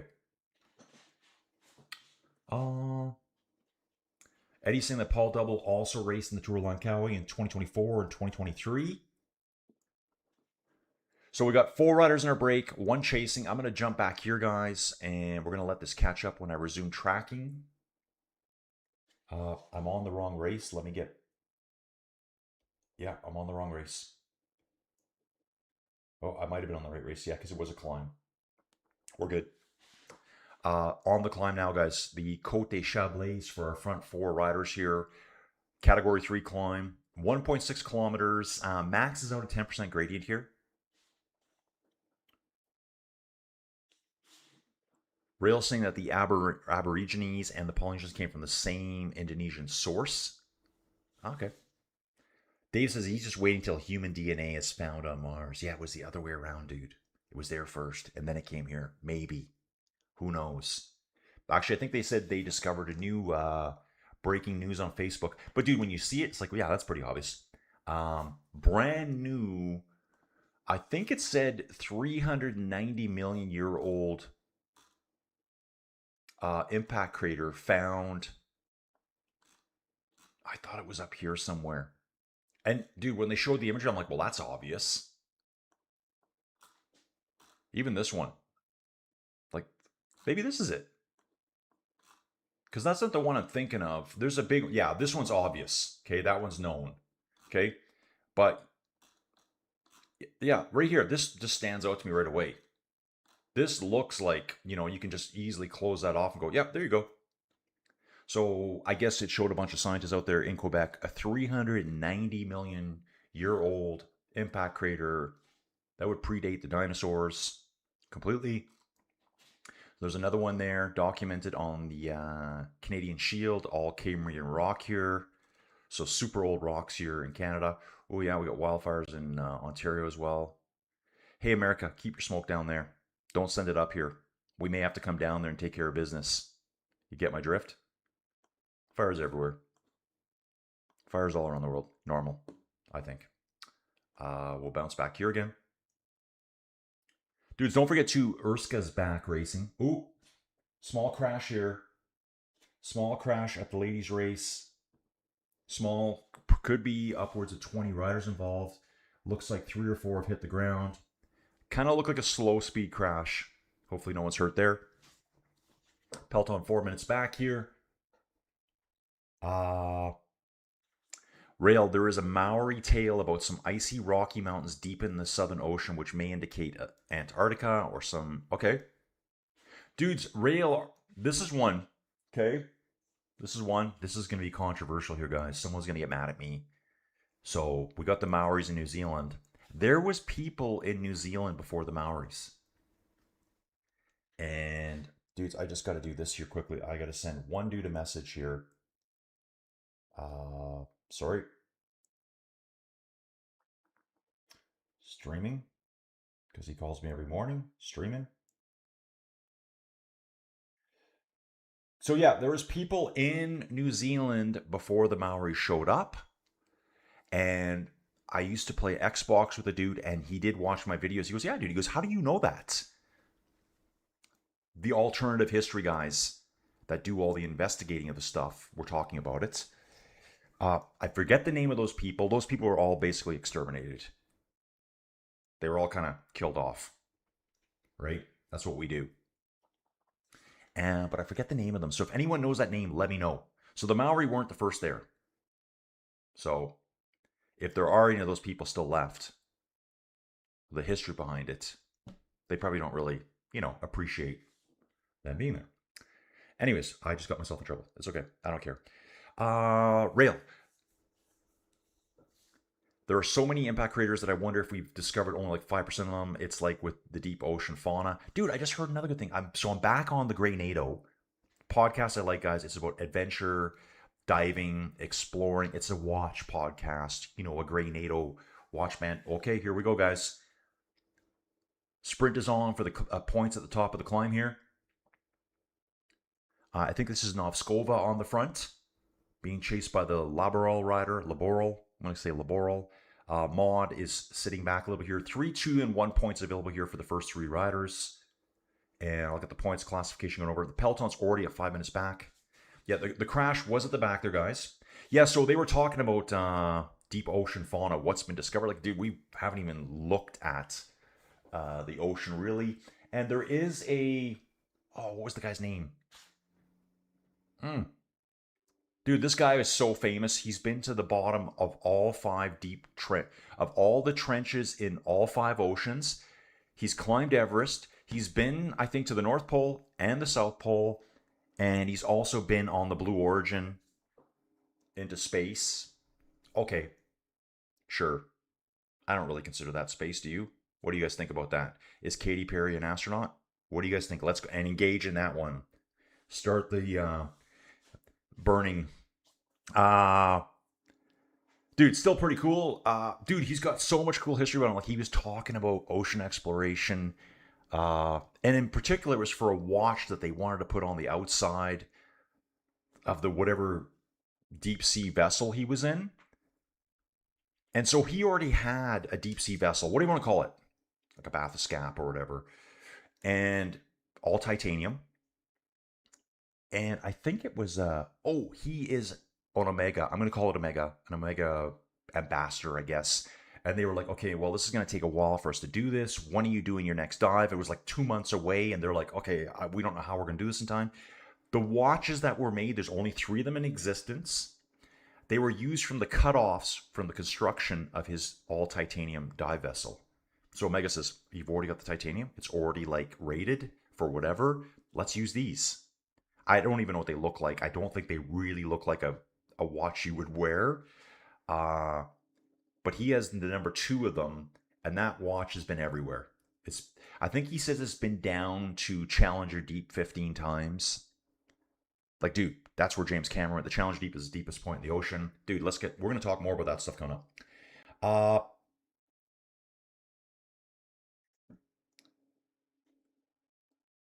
Yeah, dude, rail for sure. Maybe there were people before the Maoris in New Zealand. I don't know, but that's possible. Yeah, dude, totally. There's a Maori dude. No, yeah, he is a New Zealander. And he goes, yeah, dude. He goes, there's totally. He goes, that's all in our history that there was people here before the Maori. How can I say this without getting really in trouble? Some of those, there's people down there that say they shouldn't be doing their Maori war dance because they're basically people that invaded us and took us over. because there is some history of these people still there. And people say that they're still related to some of the original people, and they don't like that they do their tribal war dance, whatever it is. I don't know. Dude, that's, as an outsider, that's how I'm looking at going, okay, sure.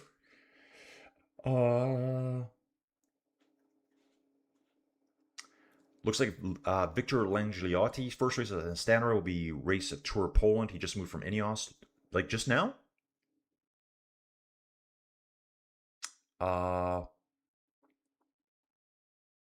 Dude, I agree. Rail saying extermination doesn't mean kill off. The diseases are the most likely culprit. Okay, Rail, I'm going to throw this back at you, because, dude, I do agree with you. So what happened in North America then? Let's get controversial, guys. We're going to get controversial here. Mr. DiBiase, is Cecile Ludwig in the Tour this year? Dude, you're going to have to give me the team she's on. I think I can look her up. We can do that. Ludwig. Cecile Uttrup Ludwig. Tour de France this year. Looks like she is not. She races for Canyon SRAM. Just hang on, dude. Let's check that out.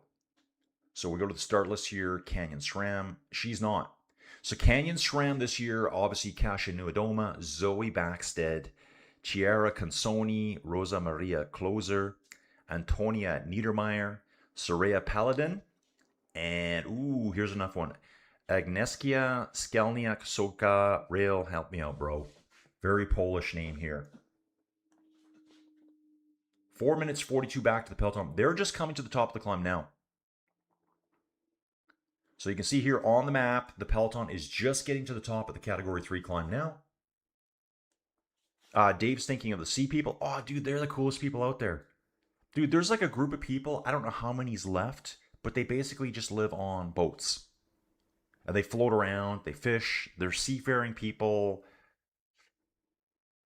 Dude, what country are they part of? Wow, that's a good question. So the sea people, what country are they part of? Do they have a country? I'm sure they do. Back to racing, a favorite group has crystallized. Okay, so that's back at San Sebastian. Yeah,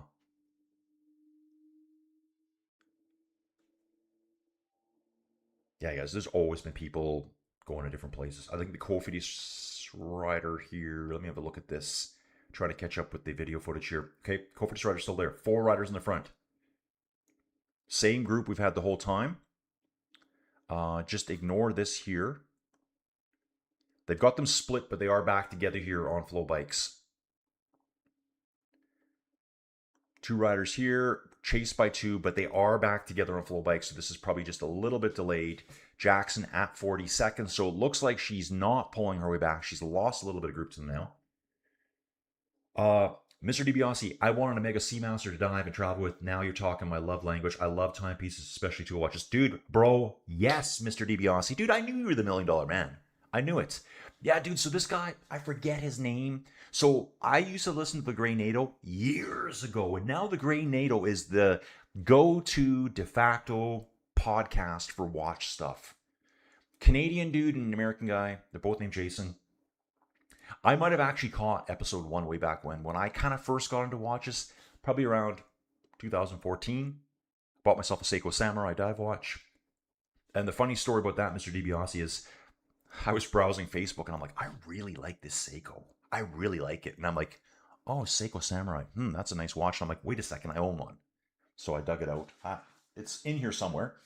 I got a bunch of different, I love dive watches. I'm thinking about getting a sailing watch. And I'm thinking I might go Omega.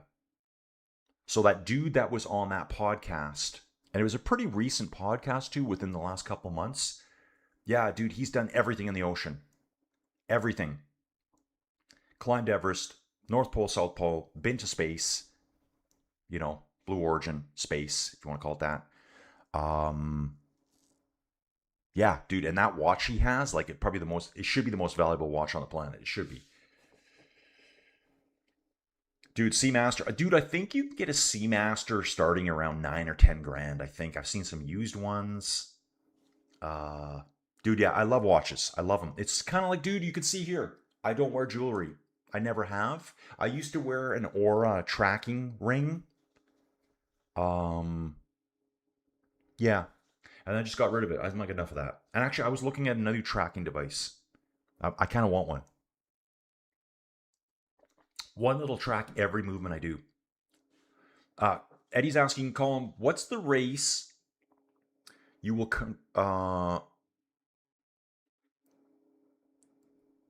Colin, what's the race you will confirm cover, lockdown cover? What does lockdown cover mean? That's not La Vuelta. Eddie, if I can do Tour Langkawi, I'm going to do it. If I can do it. I got to make sure I have full video coverage of it. Looking at Le Chateau de Chenal. Looks like a nice old castle here. Fortress.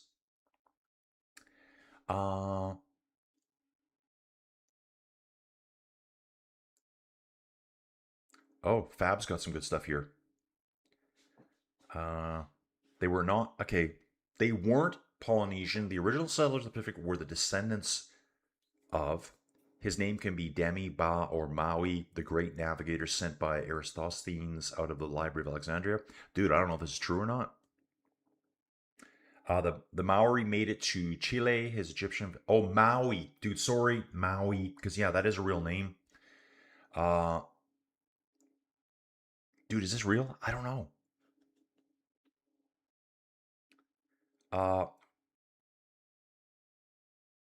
yeah, rail. What happened in North America? Well, dude, just like basically, people will say that we colonists came across and exterminated all the natives. It was mostly disease here too. What happened? Smallpox. Yeah, smallpox is really bad. Actually, dude, I'm listening to a book for the second time about all the plagues and viruses. Dudes, in the 1900s, this is what it said. And I listened to it so many times. Smallpox. It said in the 19th, or maybe it was the 19th century.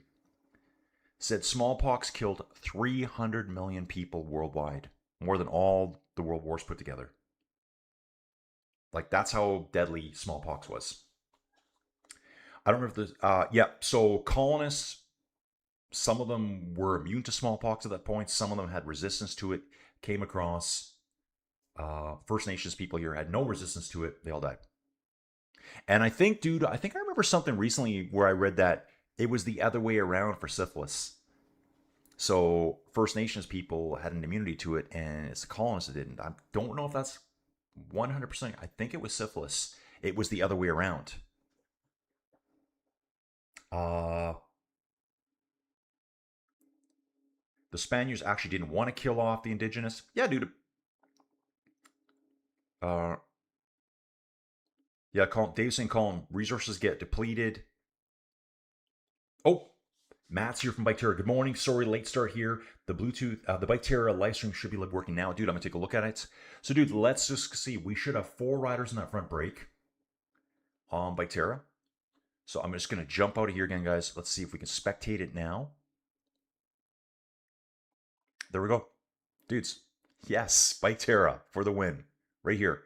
We got Noskova, Rinbeek, Irasa, Lhasa, and Mahe in that front group over in Bike Terra. First chaser should be Allison Jackson here. Is it Allison? It is Allison Jackson. She's riding solo. Next rider should be Liara Lilik. Oh, that's the peloton there. So Lilik's been caught by the peloton in that city. Okay, guys, we got some data stuff going on here. Here's our front 4. They just left that town behind us there. That town was called Busi. Busi. Sounds like something else, but it's not. We will come back here. Oh, Fab saying the redhead people settled the Pacific before any of this happened, and they were subsequently genocided by the Maoris. Dude, yeah, I mean, if someone said the name of those people in New Zealand, I remember the name. But it was a New Zealander who told me the same story. He goes, yeah, dude. He goes, that's history here. They have a museum for it, that the Maori were not the first people there. So, and a lot of people don't know that.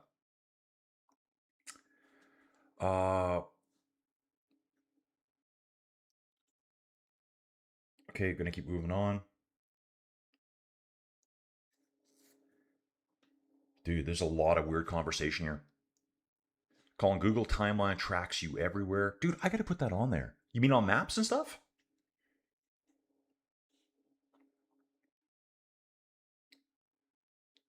Oh, Fab's talking about mind reading, telepathy. We're going deep, man. We are going deep.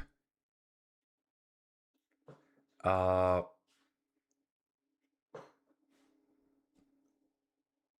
Real saying it's not real. Dude, do we know that 100% for sure that it's not real? Uh,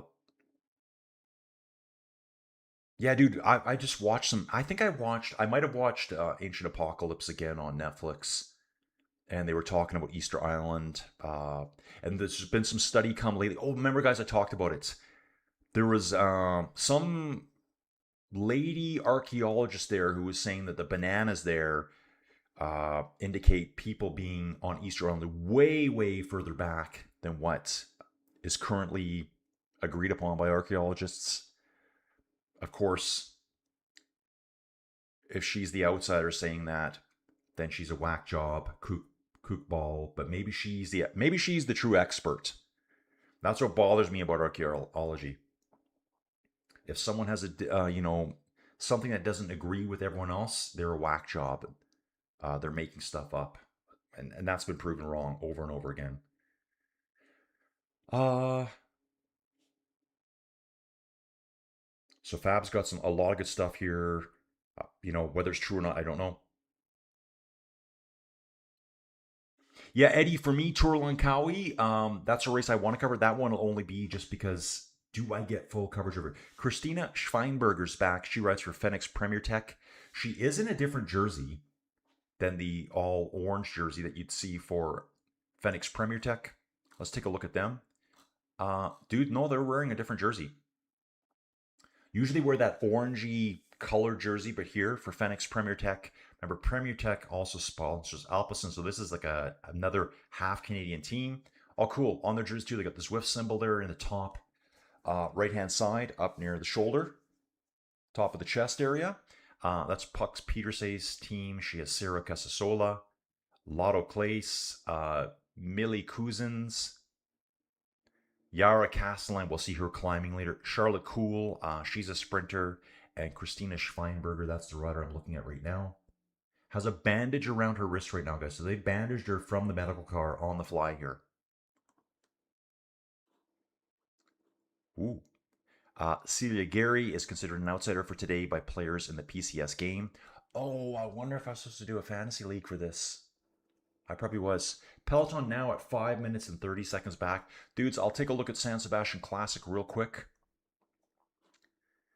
Looks like everything's back together here at San Sebastian Classic.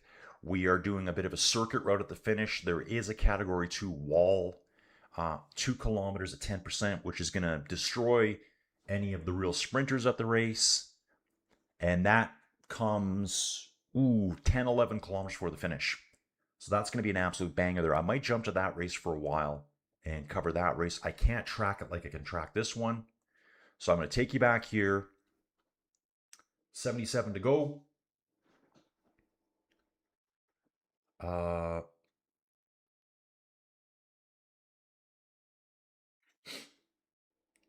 Yeah, Charleston, I think the Bike Terra guy should give the loyal followers of Collins Feed a discount for the yearly price. Good, hint, hint. Yeah, Matt, what do you think, dude? Matt, let us know what you can do for Inside Cycling World fans that sign on to Bike Terra. Dude, Bike Terra is totally worth it.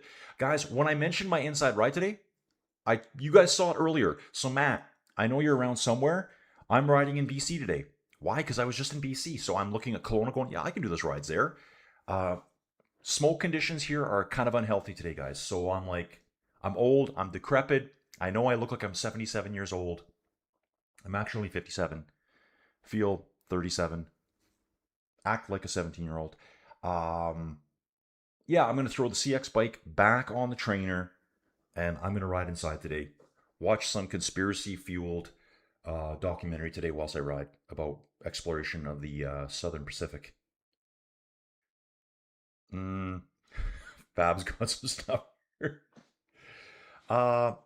Wow, Tour of Langkawi, the 30th edition, will have 3 mountain stages. That mean more climbing will be involved. Eddie, I need you to get your contacts going over there. Talk to, dude. What do you call your leader there? What's the leader? Is it the president? Say you need this guy to do all the English commentary for us, and I'll just do it in my style. Colin, I don't know if you know this, but number one, Ancient Apocalypse is just a bunch of cuckoo. Another crash. Got a crash, guys. 4 or 5 riders down. Uno X rider. Picnic rider down.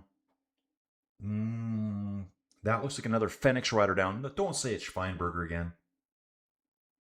It's not Schweinberger again. Looking for that strapping on her wrist. Saying Rapa Nui, Easter Island, had a connection with South America back in the Ice Age. Oh, you're saying like a land bridge? Is that what you mean? So they would have So Rail, do you think that the people that now inhabit Easter Island originally walked a land bridge out to Rapa Nui? But dudes, if you would have said that 50 years ago, people would have laughed at you for saying that. I bet you. So when did that's, I guess, Puck's down. Is that Puck? No, it's not. It's not Puck. 93, it's Lottie Clace. Lottie Clace for Phoenix Premier Tech's down. She's back on the bike now. And we got 2 bikes on the road. So Uno X rider waiting to get back on here. How is she looking? A little bit shook up, I think. I'm not sure if she's having an evaluation by the doctor here. She's okay. She's nodding her head. Laura Tomasi here for Uno X Mobility. Let's go, Laura. Let's get it. Italian rider. Eddie's saying that there's 1 category on mountain stage finish and 2 HC mounts. Okay, Eddie, I'm going to look more into it.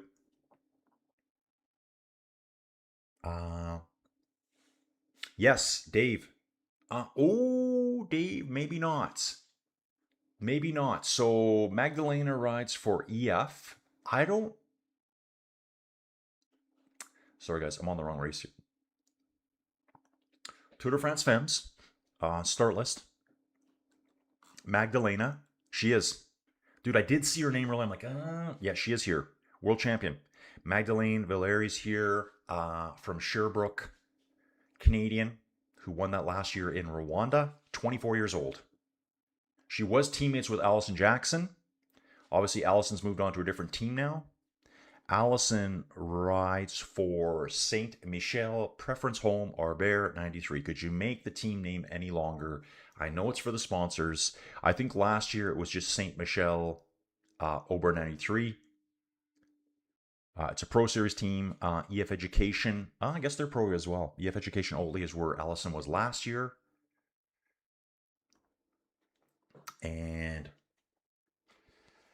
guys, I'm kind of stiff here. Rail saying Rapa Nui is part of a wandering hotspot like Hawaii that comes. Yeah, dude, if you look at the maps, you can really see it. And during the Ice Age, dude, let's take a look at that. Why don't we do that? So we're going to come way down here. Down here. Yeah. Is that it? Yeah, this is it. Isn't it? Yeah. Volcano on the south end here. Yeah. Yeah, you can see the ridge line, right? Like just when you zoom out here, you can see that ridge line all the way. Wandering hotspot, like Rail says. It's the same as Hawaii, guys. The islands on the southeast side of the Hawaiian chain are the youngest, and they're growing from there as the plates move across the hotspot, throwing stuff up. I mean, this is all like a centimeter at a time, right? Like every year it'll move by 1 centimeter, but you can see this ridge line. So at some points in the past, when sea level went up and down due to glaciation, here's like another one here. You know, there's probably a small hotspot. What's this? I don't even know where I'm looking at here. What is this place? Does anyone live here? I need to know. Oh my, people live here. What is this place? Puerto Selkirk. Probably just a fishing base for, I'm sure it's Chilean. I think I saw another one. Like, look at this. These submerged seamounts here that are trying to pop up. Sorry for the maps, guys. They suck. But yeah, there could have been a way that people could have walked over here. I don't know about you guys. I don't feel like doing that walk. That's a long walk, isn't it? Bouncing back again.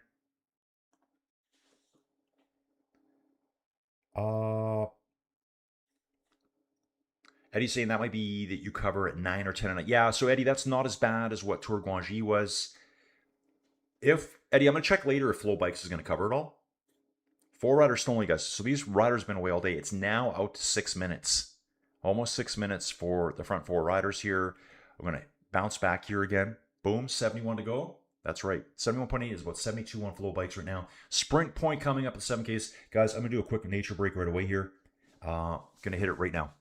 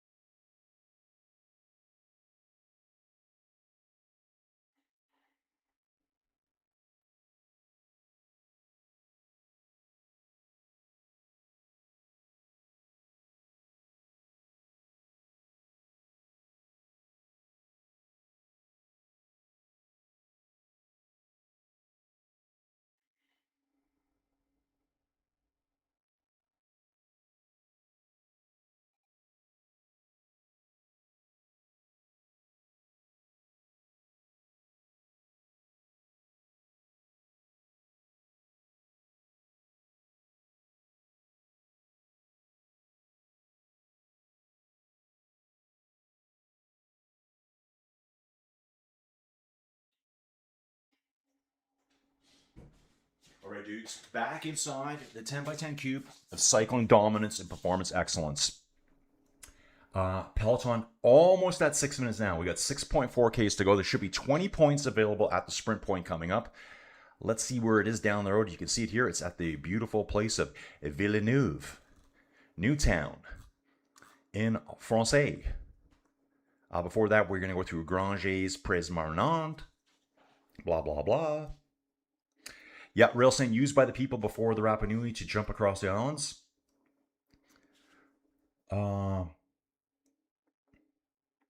Yep, Beringia and Indonesia. Rail saying it wasn't, that one wasn't a land bridge, but a chain of islands. So yeah, they would just hop across from island to island. So island hopping. Some places they were land bridges, probably little gaps in between, jump on some boats, float across. Fab's dropping all of the Fab's all common knowledge. Railson, however, the modern Rapa Nui are Polynesian. It's not well known, versed in the history of the island. Yeah, dude, so what I should do is I should probably go back to that ancient apocalypse one that was about Rapa Nui. Find out who that female archaeologist was who said that the bananas that were there's no way they can get there by birds. There's no way they can get there by floating across the ocean. That people had to have brought them there. And she's got them dated like 1,500, 2,000 years before the modern understood arrival of people there. So, dude, that's just what she's doing.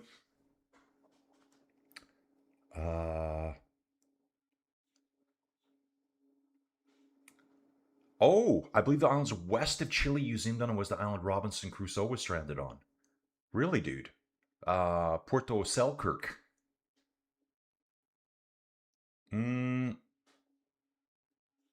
Eddie's saying that the GC jersey at the Tour of Langkawi will turn back to yellow, I think. Okay, I was right. The Alexander Selkirk Island was the island Mr. Selkirk was stranded on from 1704 to 1710, and he was the inspiration. Dude, I didn't even know that. Dude, dropping common knowledge here by rail. So Robinson Crusoe was the inspiration for a dude called Mr. Selkirk, Alexander Selkirk, who was stranded for 6 years on that island. And the book was written in 1719. Yeah, where did the minnow land? Where did the SS Minnow? Remember, they went for a 3-hour tour. So how far could they have gotten away from Los Angeles? Is that where they were? Uh, Two World Tour teams competing at the Tour of Langkawi, Astana, and Team Picnic Postinel. I'll have to look at all the Conti teams and get up to speed on them. 8 pro teams: Tudor, Unibet, Equine, Equip, Kern, Pharma. That's just a quick autocorrect there. Burgos, Modern Adventure, MHB Bank, Caja Rural. Dude, I like that though. Casino Rural. I'm surprised it's not Casino Royale. And Bardiani, CF7, Sabre, something or other. Dudes, we're all caught up. Appreciate you guys being here. Not a huge turnout today. And this is when they say, why don't more people watch women's cycling? Because not that many people watch women's cycling. Ladies, where are you? All the women sports fans need to be here. Get in here and start watching this stream live as we all watch it. Let's go. Let's get it. Just going to keep my notes here, guys, for later. And yeah, there we go, dudes. 4 riders in the break. They're currently 4 kilometers from the sprint point today. Why don't we have to take a look at that sprint point here? Just coming, there's some ridges off to the right. And we're going to drop down a little bit into a valley system here. We're kind of on the edges of it right now before we head through our sprint point today. Looks like a pretty straightforward sprint. Yep. Just a little sprint point on the road. They'll be lighting it up, going past these houses here, maybe at this intersection back here. Whoever's interested in that. Wow, strong team here. SD Works, Vibes, Vinke, Kopecky, Cecchini, Cavalar, Bradenvold, and Anna Vanderbryggen. SD Works, a very strong team. Resume the tracking here. Yeah, Charles, the minnow landed in a stage lot a short drive from LA.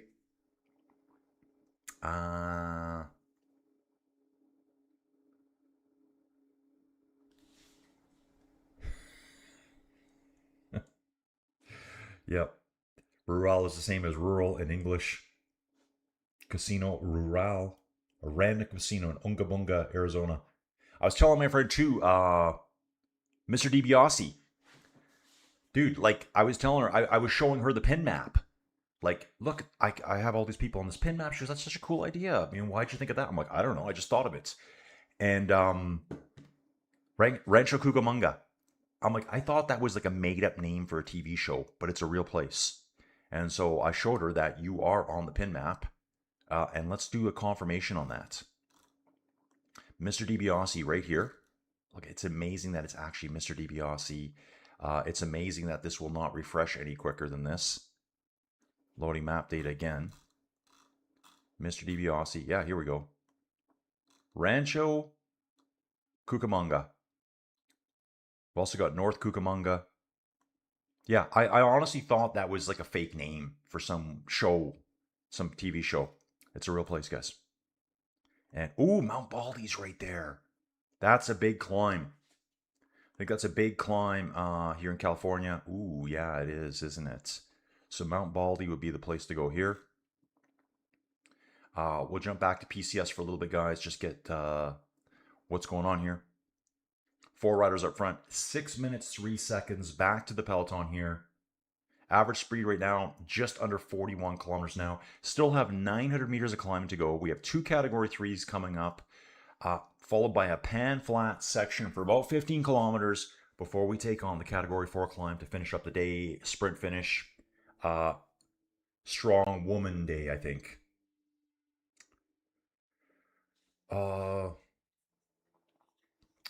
Dawn's rooting for Anna Vanderbryggen. Oh, Fab saying the minnow landed in the Bahamas. A lot of the lagoon scenes were filmed on Blue Lagoon Island before the tsunami cut it in 2. And the end shot of the island is called Sadie Key. Okay, dude, let's go look at that. Have a quick look at that. This might be hard for me to find. Because there's a lot to look at, right? Just having a quick look. Is it Sadie? Or maybe that was just... No, I think it showed up there. Sadie Key. So where are we? Oh, wow. Wow, we're way out there. Dude, look at the sand. Look at this. Wow. Holy. Just, it's probably like all rock here. So I guess they filmed some of it here. This looks like just like a research center. That's what I'm thinking. Also, the fact that it says wedding point here. Do people go get married here? Yeah, sand, rock. That's about all we got here. I'm loving the longshore drift, though, if you want to call it that. Just you can see all the currents, the sand drifting away from these islands. Anyone live here? No. No one lives here. Unfortunate. That's my island right there. Looks like it might be a tough existence. Probably no fresh water. I think that's part of it here. I think it's here in the Bahamas that all the houses have roofs that collect water because there's basically no fresh water in the Bahamas. Is that true, Fab? Is that true, Fab? We need the details on this. Is that true? Guys, sprint point coming up right away right now. I'm going to start staring at the screen here a lot closer. 4 riders in the break here. Who's going to rip it? I'm going to bounce back here to this one. 66. Okay, this is gonna jump a bit, guys. We're gonna be real close to the sprint point. On screen on Flow Bikes, we have 1 kilometer to the sprint. 1 kilometer. I think this is delayed. Yeah. Tour Tracker slightly delayed right now. There we go. They're almost on it. In fact, they've gone through it at this point. I'm watching the delay here. Who's gonna go for it? Is this gonna be a competition? Why not? Get it. I'll always cheer for Mod. There was a bit of a replay here. What happened? Why are they showing this replay? Oh, that was the sprint point. Yeah, they just kind of rolled across the line here. So I think the Laboral rider got it. If that was the actual sprint point. Charles, Baldy and Lemon are the biggest road climbs in the USA, I believe, but I could be wrong. I've done Lemon, but not Baldy. Charles, nice job, dude. I've only done Mount Lemon inside on Ruby. That's the only place I've got it. Dawn Cunningham. Thank you, Dawn. This is painful to watch. We prefer more coverage of the women's race. Dawn, we are watching the women's race right now. What are you watching? Dawn, let us know where you're from. This is the women's race you're seeing right now. I'm not sure what you were watching that was so painful. I guess my pain tolerance is a lot higher than yours. 4 riders up front, guys, here in the women's race. There needs to be more women watching the race with us. Dawn, you're one of them. We had Debbie earlier. So, Dawn, let us know where you're from. Fab, you watched the race on your own stream and drop comment knowledge here. Yeah, guys. Oh, maybe that's... Okay, I think that's what Fab... Yeah. Dawn, I can't show you the live stream. If I show you the live stream that I'm watching, that I pay for, my channel gets taken down. So I can show you the best I can, learn about women's racing. Dude, that's how I look at this. I learned so much about women's racing last year, and I love it. It's just a little bit different. Oh, Dave's saying in season 1, when the Minnow was leaving the marina, the flag is at half mast as it was filmed the day after the JFK assassination. I did not know that. Now that is common knowledge for all of us to know. So they actually did that in Gilligan's Island. They had the flag at half mast because JFK was assassinated. Wow. Eddie's asking how many races in this month. Dude, there's a lot. Flocky's back too. Dudes, late to the party. Fem should be way more competitive than men's. Absolutely, dude. Absolutely. Dude, let's go check that out. Races this month. So yeah, San Sebastian Classic is like on fire, guys, right now. They are on the toughest part of the day. Tour of Denmark's on right now. We got the Tour de France FEMMES avec Zwift. Dudes, like coming up, races tomorrow. Stage 2 of Tour de France FEMMES, Stage 5 of Tour Denmark. 1-day race tomorrow, Circuito de Gecko Memorial. I think Isaac Del Toro won that race last year. So that's a big race too. The Trans Himalaya race. Himalaya, like how I said that? Yeah, dude. That's how I say it. Dude, there's so many races coming up. Tour of Poland starts on the 3rd. Missed bottle here for the Laboral rider. She's going to grab the second one. She misses that one too. Punches the ground. Dude, you're catching it too late. 3 bottles in a row she misses. Oh, she's so mad. 3 bottles, 3 gels. What is this rider doing? Well, that was the worst bottle throw I've ever seen in my life. I don't know who it is, but there was a rider at the back of the race, at the peloton and the ladies race here. Takes her ball, throws it straight up in the air. Bounces back down, and it could have hit someone behind her, and they could have ran it over and crashed. But anyways, that Laboral rider here, 3 bottles in a row, because she's grabbing it too late. She's kind of almost trying to grab it behind her back. San Sebastian's not over, and I don't want to give you spoilers, so I'm trying to stay away from it. Burgos starts on the 4th. So Tour of Poland is a World Tour race. August 4th, we got the Vuelta of Burgos. That's a great race. Lots of climbing in that one, guys. It's the lead-up race for the Vuelta España. We got the Tour of Colombia on August 8th. Arctic Race of Norway. I think that one's really changed its dates. I think. Actually, I might have done 1 or 2 stages of this race last year. So I'm going to go back to Tour de France FEMMES, leave the classic race alone for now.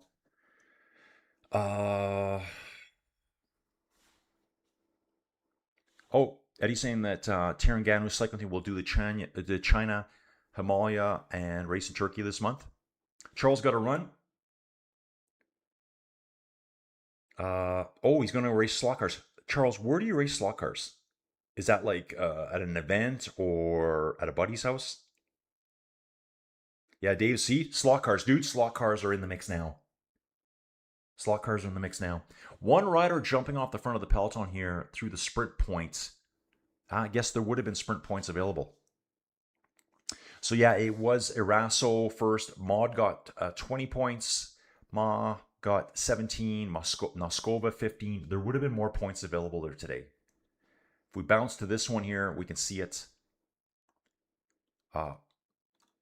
Okay, they've only shown top 4 through there. They just kind of rolled through that point today too, guys. I'll bounce over to here. You can see where we're at on course right now, coming up to the Category 3 climb in a little bit here. There will be 3, 2, and 1 points available there. This climb is a Category 3, 4 kilometers long. It is at almost 6% gradient. So it's a good little climb. Nothing major for these riders, but we'll test their legs for sure. It actually might be the hardest climb of the day by the looks of it. Just the profile and the length. After that, a little bit of downhill, a little lumpy bumpy, another Category 3 climb. And then I think we're going to start getting to stage 2 of the race. Phase 2 is coming up, guys. Let's bounce back here. And you can see the climb coming right now for our 4 riders in the break. About 60 kilometers still to go in the race.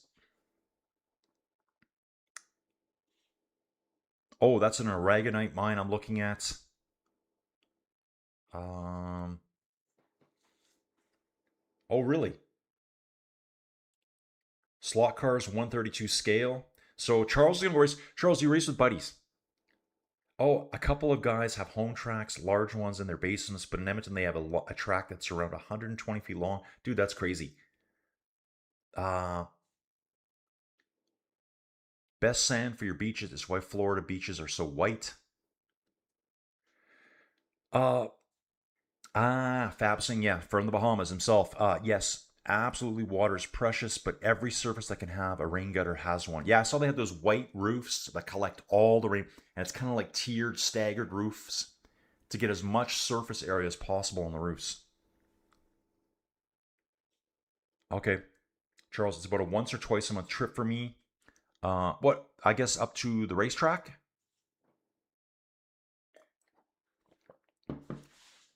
So we still haven't heard back from Dawn. Was Dawn that was here to watch the racing and then no more comments. I love people who leave one comment and then vanish after I, kind of have a little chat with them, like, dude, what do you expect? Here's our climb of the day coming up here next, guys. This Category 3, I think this is the hardest one of the day. 4 kilometers. and we'll bounce back here. Currently still, well, it's coming down to 5 minutes now, so the peloton's deciding we need to start working here, start hauling the back. Camera's basically been just sitting on the 4 riders all day. Allison Jackson obviously has vanished and gone back into the peloton here, was never able to bridge on.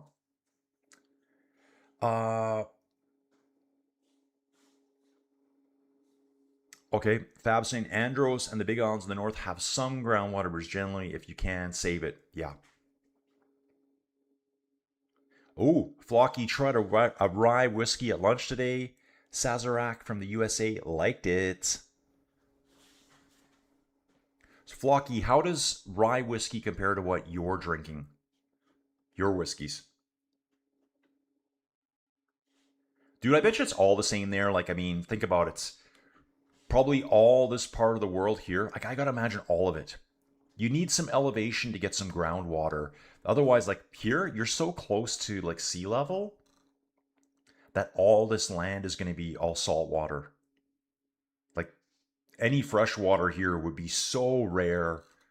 So they got to collect rainwater and use it for their fresh water. You know, like obviously there's going to be places where you've got more elevation and any of the rain will be collected underground, like in an aquifer. But, oh, there's my favorite town again, Cockburn Town. My favorite place to visit. I'm always in Cockburn. And then, of course, as you get higher in Puerto Rico and Santo Domingo and Dominican Republic, we got Haiti here. More elevation, more room to collect them. And we got another crash here. EF Oatly rider, Lotto Intermarché, Laboral rider here in this crash. So we've had a quick crash here. At the very back, let me see. I'm going to say left-hand side of the road. Nope. It was dead center, 1/3 of the way from the back of the peloton here. 3 riders just dropped. Quick touch of wheels. The EF Oatly rider still struggling with the bike here, riding the kennel. Henrietta Christie. Yeah, she's struggling here to get the gears working again. Neutral service comes over for her. Who's the neutral service here? She's good. So Henrietta Christie back on her bike now. Another rider had a bike change ahead of her. Charles, I will be back tomorrow and we will catch you in bonus money. Yeah, dude, Charles, absolutely, dude. And Charles, I will be there and I'm going to wear this jersey at the whatever. I'll look like an idiot. Whatever. And that's part of it. And I'm going to get a bunch of pictures. I'm going to get some video. And dudes, join me on Instant Cycling World. Instagram, I'm going to start posting more on there. I got to start working that more to promote what I'm doing here. Henrietta Christie gets her bike changed now from the team car. Let's get clipped in. Charles, have a good day. Fab Cycling, 3 crashes. Come on, ladies, be safe. Yeah, 3 crashes already. And we'll go on from there, guys. Le Chateau des Lycéens, du Lycéen, whatever. Coffee time, guys. And dudes, what I'm going to do as well here is I do want to take a look at, I'm trying not to see stuff over there, Tour of Poland coming up. Let's take a look at the Tour of Poland. And what I want to do, it's 7 stages, all names I can't say. And honestly, I think I told you guys, this is why I didn't do this race last year, because the names are so hard for me to say. And then I get crucified as to my pronunciation. Looking at the teams here. Oh, Jonathan Milan's here, guys. Yes, dude. Sprint specials. Paul Magny. Okay, dude. I think we're doing Tour of Poland as well. Yeah. Dudes. Milan versus Paul Magny. Yes, dudes. Ethan Hayter's there as well. Wow. UAE, look at this. João Almeida back racing. Mikhail Berg, Jan Christian, Benoit Cosnefroy, Rune Harrigoots, Jonathan Narvaez. Every race they go to, they're the strongest team. Every race they go to, they're the strongest team. So this looks really interesting, the Tour of Poland. Yeah, dude, let's do it. We're going to do it. 2 flat stages. Day 1, Monday. Wow, Monday. What time does that start at? It's probably going to be really early. Oh yeah, starts at 4 o'clock in the morning. Flat stage. This is set up for a Milan Bagné showdown. Let me just have one more quick look at this one here, guys, to see all the sprinters here. Definitely Milan, Magny, Tier 1 sprinters. I don't have all the teams. All the teams aren't even showing yet. Danny Van Poppel will be involved in the sprints. Just having a quick look for sprinters here. Just trying to see everyone. No sprinter for UAE. We got Pinarelli here. Tudor is going to be involved. NSN, no one's listed yet. They got a national Polish team here. I do like that at some of the smaller stage races, like 6-7 day races. Generally, there's a national team at every single one of them. And sometimes you'll see World Tour riders riding for the national team if their team didn't go to that race. Where's Benny? Exactly. Where's Benny? Oh, okay. Flocky's saying way less PD or medicine tasting than Scotch. Lafrog. I like that. Lafrog is still the governor.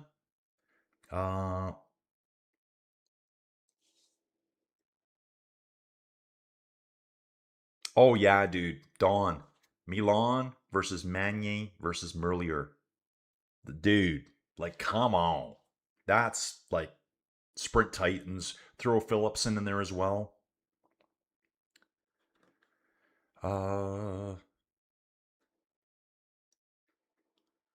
Railsing Colin S for, yeah, that name. Good. Dude, I love it. I love it, dude. As for Gninia, try this first. GD is like good, but drop the double O. Gid. Gidnia. I'm just going to say Gidnia. Gidnia. So no good. Brody Chapman, UAE team Le Mad. Brody Chapman was at the Tour de France FEMMES last year as well. 342 from the peloton to the front forward now. Peloton starting to get serious, guys. The peloton is getting serious now. We are climbing this category 3 ascent up the Côte de Villars-le-Comte.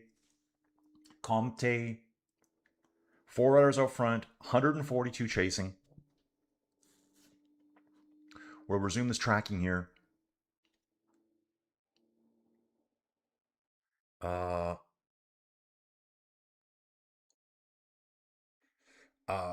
Yeah, dude, I'm trying to avoid spoilers too. Like with so much racing going on, if you guys are here, I don't want to give you spoilers for a different race that you're going to watch by yourself later. So I'm trying not to myself. So hopefully we don't give spoilers to anyone. Got a Lotto Intermarché rider out the back here. This is Sandrine Tass, number 181. Let's take a look at Sandrine.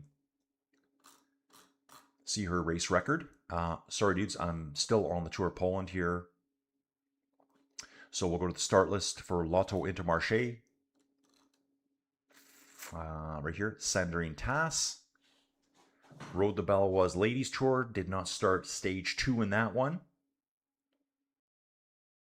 Argenta Classic, National Belgian Championships. Oh, number 2 at the individual time trial and 3rd at the road race for the Belgian Championships. So obviously a hitter. Britannia Ladies Tour earlier this year. She won that race. No, sorry, 2nd place overall. 1st in the points classification. 1-2 stages though. Got to assume those are probably sprint stages. And then some one-day races in April and May. I think this gap's going to come down real quick now.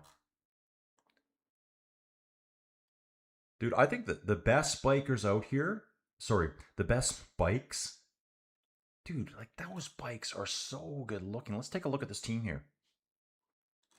It's the team name that I've never heard before. It might be a brand new team name this year. Ma Petite Enterprises, I think it is.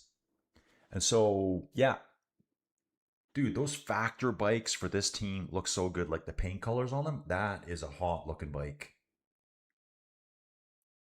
Yeah, great looking bike. Marie Lynette for FDJ Suez, United Suez, struggling here on the climb back in the team cars. Dude, there's riders struggling here. Absolutely riders struggling here. Dude, I'm going to say it right now. The Femmes, they got better team bike colors, better team car colors. Yeah, they do. It's more flashy. I like it. So check out their bikes when you get some video footage here. Uh, Gidnia. Colin, yes, add G sound to Gidnia and you'll be really good. Gidnia. Gidnia. Dude, that's how I would have guessed it. Dude, and you know I'm going to say it weird. And it's no offense to anyone's, but just some of these language, I'm like, okay, so you got these letters, but you don't say them. Why bother? Right? There's a lot of, but yeah, Gidnia seems pretty straightforward to me. Some of the other ones are absolutely horrifying to me. So Rail, I'm going to need your help with all that. Dude, Eddie's asking me, what's the best team and worst team this year? Best, UAE. Worst, a World Tour? Or that you see a lot of World Tour? Dudes, I'm going to say Picnic. Probably Picnic. Guys, I think we can look at that here. Why don't we do that on the fly right now? Rankings. Teams. This is PCS ranking, okay, guys? Close to UCI rankings. So if we go down a little bit here, now I'm looking at where it says Class World Tour. PRT would be a Pro Series team. You come down further, CT, Conti. That's our 3 different levels of teams. So you can see that team Leaning Star is doing quite well. They're ranked 31st in the world, and they're ahead of some Pro Series teams. They're ahead of MBH Bank. Same level racing as Taranganu. They're ahead of Team Flanders Baloise. They're ahead of Modern Adventures. They're a new team, though. And remember, points carry over. So there's probably some of that going on, I believe. But the lowest ranked World Tour team is Team Picnic Post NL. They've fallen 9 positions this year. They have Kahu Royal ahead of them. Unibet Rose Rockets, Total Energies, Cofidis. Cofidis and Total Energies are more of World Tour teams. They were there. They're at that level. Pinarello that's Pitcock's team. They're doing quite well. Tudor Pro Cycling, of course, is doing well. But yeah, worst World Tour team right now technically is Team Picnic. And second would be Groupama FDJ. Yeah, like Groupama, they've got Romain Gregoire. That's kind of like their big rider who does have team wins. He has race wins this year. So we'll go to Groupama here. And we'll look at Romain Gregoire. He's kind of like a one-day guy. What else? But he won the Tour of Britain last year. That's right. He did win the Tour of Britain last year. Earlier this year, I think he's won a few races. Won the Fondrome Classic. That was way back in March. 4th at Strada Bianca. 18th at Milan San Remo. Yeah, 4th at Amsterdam. He's a really good one-day racer. Won a stage of Tour de Suisse. I do remember that breakaway day. Yeah, so that for all his results, you think they would be higher up there? Let's get back to the women's race here. They are sprinting for the climb right now, guys. I want to get back to this here. Watching this, there are 250 meters to go here at the race. Over that top, and I think it is Laboral rider chasing. Wow, that Conti rider. Is it Conti or Pro Series rider? Pro Series rider. I think that's Mahe at the front there. Maud Rimbig's 3rd with the Lotto Intermarché rider. The Lotto Intermarché rider, Naskova. So it's Arasso battling Mahe right now. Arasso is trying to get back on. Mahe's gone. Wow, let's check out Mahe. Yeah, again, this is the team that has really nice paintwork on their bikes. Really nice. She's 24 from Salanches in France. Francais. Dudes, and yeah, they're all going to be lightweights here. They're all very, very light. She's 52 kilograms. Don't forget, Clement Brazafonso, 50 kilograms, dudes. Francisca Koch out the back here for FDJ United Suez. You can just tell by looking at her she's a bigger rider. Let's just take a look at her. See how good my eyes are dialed in here. It's hard going from the men's racing to the women's racing because they're all, they're generally smaller. I always find myself having to qualify everything I say. Francisca Koch. That doesn't even show her height. She just looks taller than me on the bike. I'm looking at the rider and I'm looking at the, I guess the head tube there, from the front wheel up to the handlebars. That's how I'm judging how tall these riders are a lot. So she's out the back there right now. And I'm going to go back to this tracking here, guys. Let's let this catch up. It still needs to catch up. There we go. 4 riders out front. They've gone through.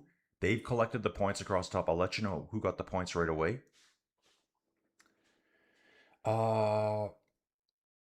Matt's here. Matt, I'm doing good, bro. How you doing?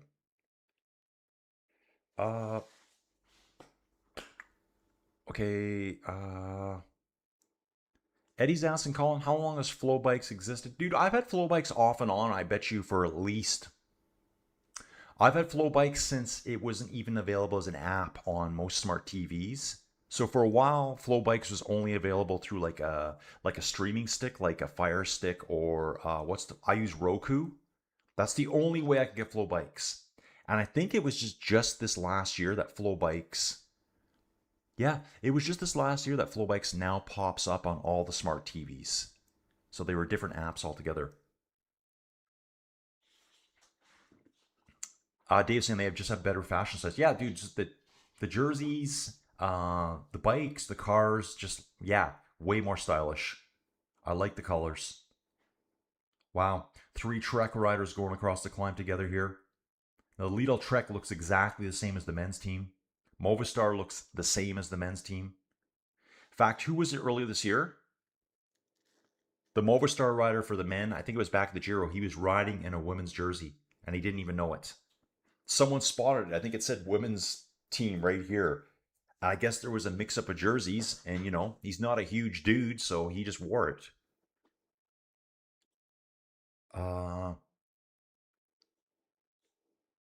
Gidnia. Gid. So I'm going to D in there.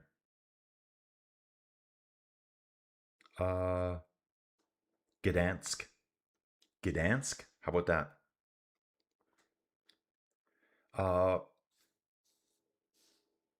Oh, Fab, I wonder if the Poles will convince Micah. Dude, I love Micah. Come out of retirement and ride for the Polish team this year. G'day.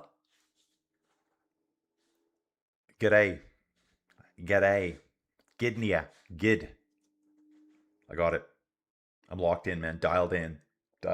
Look into my eyebrows. Look into my eyes. Yeah, attacks coming now, guys. Attacks coming. Dudes, remember it was 6 minutes? We're now down to 1:39. Lidl Trek rider ripping up the road here right now. Deciding the race is on.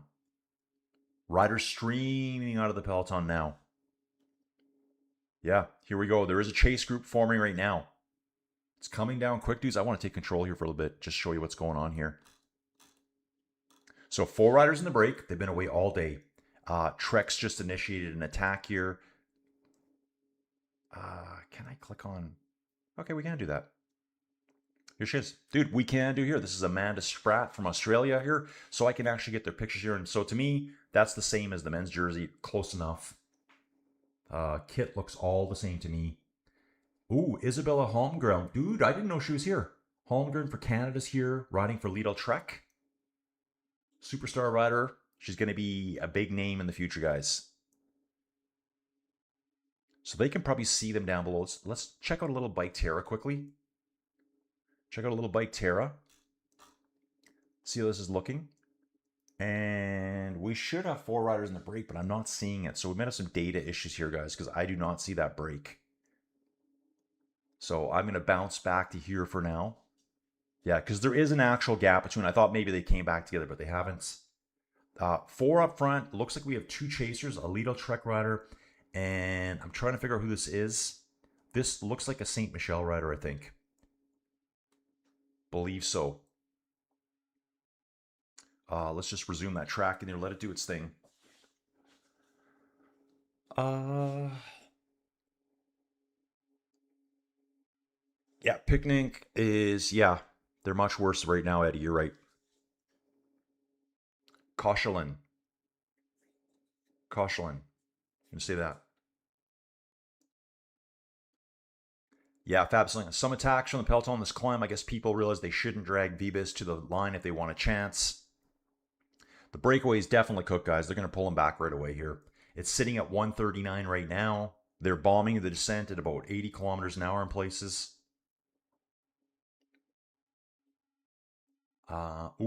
Eddie's saying that Team Novo Nordisk only got 9 points UCI ranking in this next cycle. Eddie, I'll have to take a look at that later. Yep, Fab says it too. Best team, UAE. Worst team, Picnic. It's exactly the same thing I said. Don't forget about your girl, Sir Colin. Exactly. Lorena's here, guys. I just don't know how bad that last climb is. I can probably go take a little zoom in on it later, dudes. That is Lorena. Okay, so I've got Gdansk locked down. Dude, it just seems Gdynia, Gdansk. Dude, I'm probably Polish at heart. Dude, I actually love the Poles. I really do. I like their food. Hearty food, guys. Hearty. I love hearty food. But this dude here needs to get working out, guys, because, dude, I'm packing on the pounds these days lately. I ate way too well this last week. Dudes, I'm doing a cleanse. I'm going to do a full juice cleanse coming up, and it's not going to alter my workouts. I need a lot of zone 2. I'm going to get the virtual trainer set up. I'm going to find a good show to watch. Dudes, I'm watching Paradise. No spoilers. I'm watching Paradise on Disney Plus. It's like an end of the world sci-fi movie. Yeah, this is what it is. I think I've watched all season 1. So I did my touristy stuff through the days, got sunshine, hit the lake, and then every night I'd watch 1 or 2 episodes on my vacation. So I think they're filming season 3 now. It's a really good show. I like it. 8 episodes per season. So I'm going to watch that as I do my virtual ride today and avoid the smoke. Oh yeah, Flocky, let's cheer on Mavi Garcia and Voss. Yeah, probably 2 of the oldest riders at the race, I believe. Dude, let's take a look. Voss, Marianne Voss, guys. 39 years old. Like, dudes. Like, the GOAT right here, Marianne Voss. Like, come on. Dudes, don't forget this too. Here's another one of the loves of my life. Lucinda Brand. And CX, the queen of CX. Dudes, like, pure dominance. She's 37 years old. Dudes, you know when I go to the CX profile? It gives me the ads again, right? Let's hope it doesn't do that. It's going to do it, I can tell. Yeah, here come the ads. I don't know why. They probably split up everything now. I can't even scroll here. Can't even scroll. Results? How about that? So here's the queen of CX right here, guys. I watched virtually every woman's cyclocross race last winter, whether I streamed them or not. And here's all the Telnet Super Prestige, the X2O Bodcommers, the UCI World Cups. UCI World Cup, that's the highest level. First. There was one race where she had a screw up and she got second. Like, beast. Absolute beast. Yeah. Lucinda Brand also rides road. 47 kilometers to go here, guys. At the women's race, Tour de France FEMMES avec Zwift.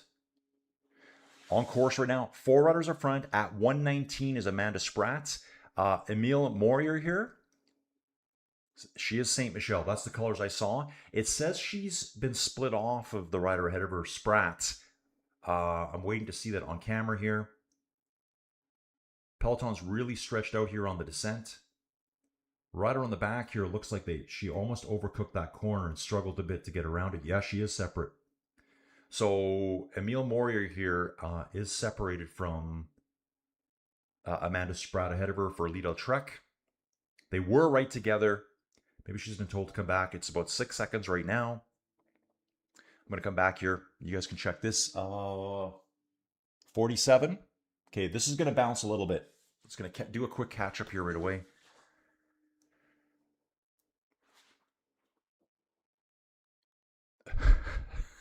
Davison Colin. I'll send you some X-Lax and a picture of a Cybertruck. Fastest way to clean out your colon and your stomach. Dude, you just go to the pharmacy and get one of those colon prep things. Probably shed 10 pounds instantaneously. Dude, so I'm going to use the pulp and press. And dudes, yep. Sprat, riding solo. St. Michelle rider behind her right there. Wow, Sprat looks tiny on the bike. Just tiny. Gotta shut him off.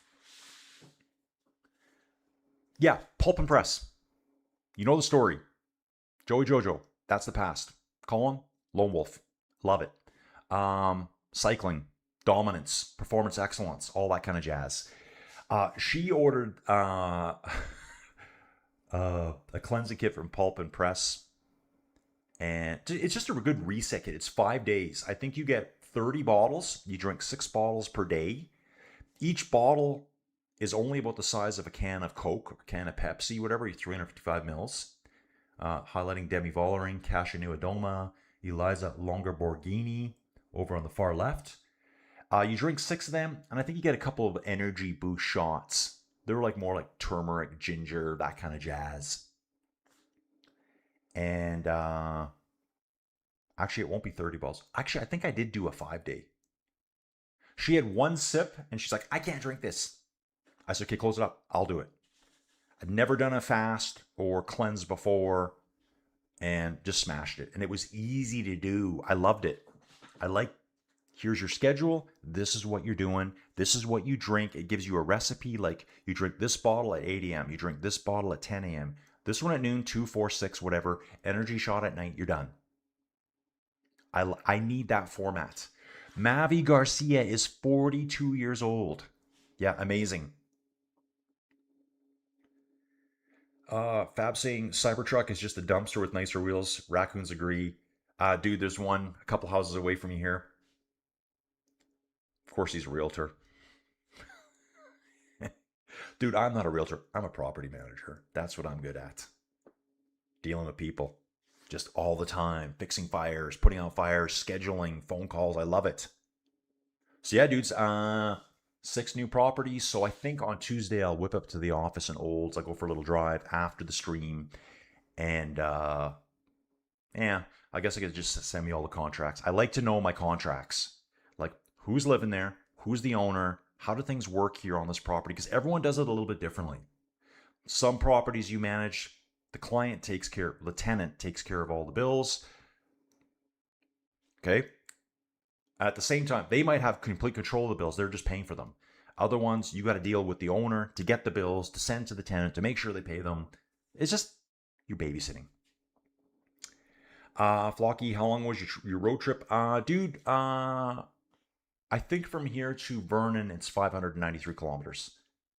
So just a 6-hour drive. It's about 6.5 through the mountains. And the mountain drive is so easy now. Dude, really easy. So I think I made it back in 6.5 hours yesterday with 2 stops. And the first part of the drive is not that fast. West Side Road on the west side of Okanagan Lake is just 1 lane in each direction, and there's like no shoulder. And I was telling my friend, I'm like, well, why don't you bring your bike? I'm like, I would not ride on this road. There's no way. You need to be aware of your surroundings and everything. And I'm like, if you're riding on this road, one driver has like a lapse of attention, you're dead. You're absolutely dead. So I would not ride on those roads there. There's no way.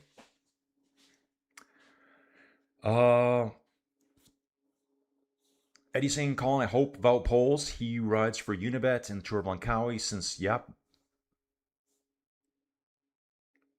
The best cleanse is the lemonade diet. What, just drink lemonade? Probably. Okay, I gave Garcia respect because of the name and the age, like Carapats. Yeah, dude, the thing about the... so I do the pulp and press one. That's the only one I've ever done. Each bottle, it says... They advertise that each bottle uses 3 to 4 pounds of vegetables or fruits in each one. So like there'll be like a green one called the Hulk, and then there's another green one. A lot of celery, a lot of zucchini, cucumber. Ooh, that's a kind of a bad corner there. I wouldn't be, ooh. Some riders flying around there, like everyone's good through that corner. Kind of a weird corner the way they designed that. Those intersections coming together there. There's also a red one. It's all beet. I love that one. There's an orange one. So, and you can order it through Amazon. Pulp and Press. I'm doing it. And I will ride throughout as well. We need to shed some pounds, guys. Let's get it. Shed some weight, get stronger, start doing more of the weights again here. Need ways to boost my testosterone. Let's do that too. Could be artificial too. I don't even care. I'm going to ask some friends. Friends, let me know. Artificially boost the testosterone. Category 3 climb coming up the Côte des Vilaines. 3 kilometers at 5%. They're going to gain about 160 meters in elevation. And yeah, max gradient there, 6%. Be pretty steady 5 to 6% all throughout. Front 4 riders are already on it. This front 4 has been away since probably kilometer 1. Maybe 5 kilometers in before the front 4 got established. 139 is still the gap. Flocky's asking, what is today's finish like? And I'm gonna try to zoom out here and find the finish, guys. It is an uphill finish. It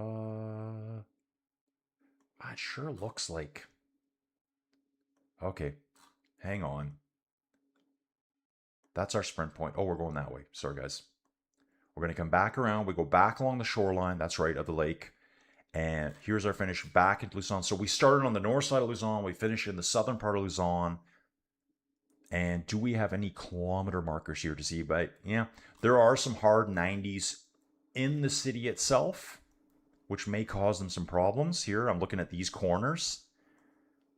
This is probably like, I'm guessing this is less than 5 kilometers from the finish through here. Wow, check what's this all about. There's a nice little hill right in the middle of town here. What is this hill? Wow. I don't know if this is a cemetery or what this is. Actually, it might be. In fact, it sure looks like it. So I think there's like a cemetery here. Cemetery talk with Colin. All your cemetery needs. Yeah, there's some hard corners here. Yeah, these corners could be sketchy. This left-hander. There's another left-hander before we do the final run-in here. This is kind of a long straightaway. The actual sprint point at the finish is nice and straightforward. Kind of looking at some of these crosswalks here. If any of these are raised, we could see crashes. I'm not sure if they are. Hopefully that's just a nice painted crosswalk. Let's look for road furniture. Several of these raised crosswalks. I'm guessing there's going to be some road furniture here along the sides. That looks like a barrier right there. Keep those the traffic apart. Yeah, doesn't look too bad. Yeah, some of these 90s, though, are going to be sketch. So hopefully we don't see any crashes there. On the Category 3 climb now, still have 1.3 kilometers to go to the top. We've got the Tour de France artwork out in the fields. The hay bales are stacked up like bikes. Quite a few people on course today.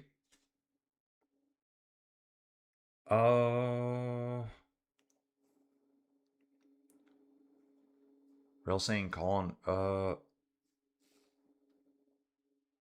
would it be easier to do the Gidnia? A double Y.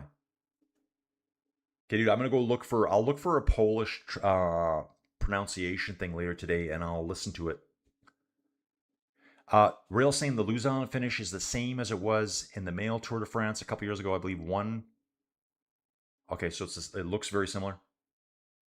Colin, what is like the Queen stage for the 3-mile? Dude, you know what? I saw someone talking on Facebook somewhere, and I don't know this person from a hole in the ground, going, yeah, there's no mountain climbing of this race whatsoever.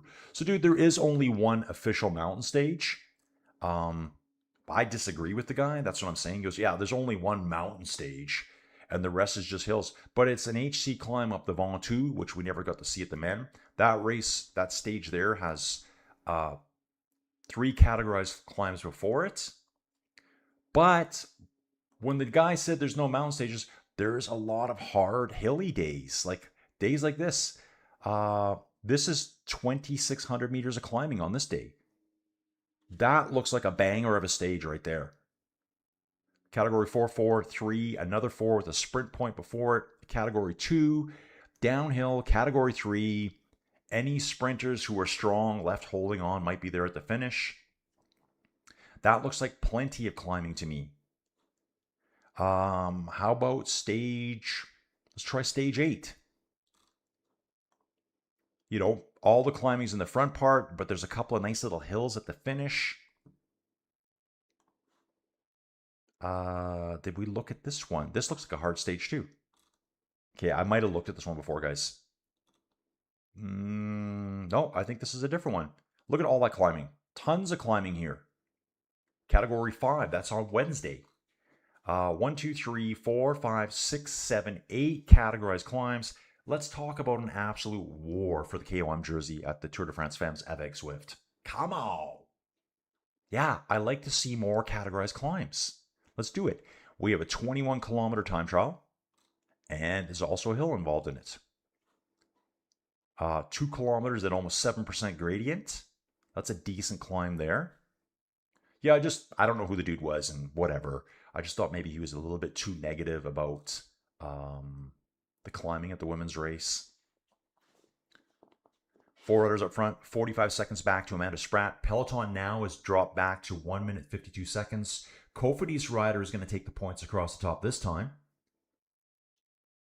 Okay, then I think it's that rider, I think it's Mahe gets second points. Third would be Eraso. Fourth would be Maud Rinbeek for Volker Vessels. Yeah, that's Mahe there. I think that's how you say her name. I'll just pretend I know when I don't.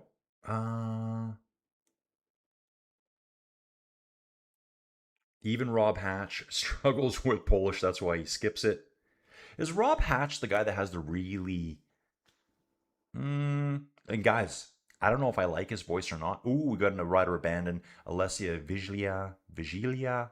An Italian rider from Uno X Mobility has abandoned the race. There was a Uno X rider down in that crash earlier. So I wonder if that was her. Yeah, Rob kind of has a real flowy, singy voice. It's quite singy to me. Does that make sense? I think Rob Hatch has the really singy voice. Yeah, the Queen stage is definitely Momotu. So Eddie's talking. There's quite a few stage finishes here. 2 HC categorized finishes and 1 mountain. So climbers will be out in force there. Peloton now 144 back. Looks like the big players will be coming to the front soon here. 40 kilometers to go, dudes. Yeah, Noskova gets first. Oh, no, yeah, Noskova got him for Lotto Intermarché. Sorry, Cofidis. Second, Mahe. Third, Eraso. And they're saying that Lottie Kopecky is struggling to hold on to the peloton. So I'm waiting to see that on camera here, guys. Let's see where Lottie is. 145 is the gap right now. And they will be coming up, I think, to the climb here right away. Actually, they've just gone through it here. If this is correct here, they've just gone through. And that's what I would have just seen on camera. I wasn't sure if that was 1 kilometer to go. No, that's the point right there. So this is very, very close to what we're seeing here. Spratt riding solo hasn't really made any ingrounds to that lead right now. It's 45 seconds. Peloton's about 1 minute behind Spratt. I think we're going to do another nature break right away. Yeah, okay, so that was the Unix rider crashed out. So I'm not sure if she was in that crash or a separate one. And one of our front 4 has been cracked. It's Mahe from Ma Petite Enterprise team. The ones with the really nice bike paintwork, love it. So, dude, what a cool name. Her name is Oceane. French rider here. I've never seen someone named Oceane. So she's just fading back now. 3 riders going solo. 3 riders going solo. The trio is up front. How about that?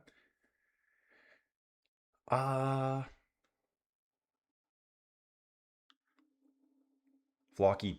Gianni Infantini, head of the soccer, wanted the World Cup to be like Tour de France FEMMES, like this, so like World Cup avec McDonald's. The good thing is, dude, no World Cup for 4 years. Dudes, I've heard no talk of soccer in Canada for the last 2 weeks. No talk. Arasso puts in a move here, guys. Arasso's putting in a mood. Maud's barely hanging on. I think there's a right out front. I think we have one out front.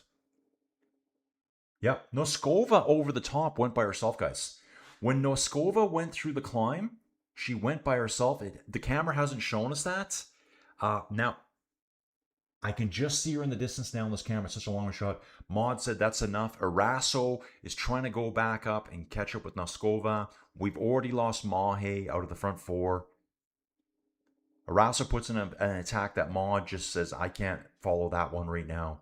But Noskova is out front. You can see it all split on screen right now. Dude, this is showing it really well. Outside of the fact that they got Mahe behind Sprat right now, because I don't think that's real. They're just showing the names wrong, but it is the correct order outside of that flip-flop there.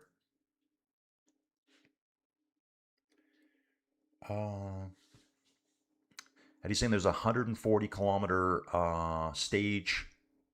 Stage 4, that's where the HC mountain category is. We got a dude here, Malo. Does someone have a live stream link?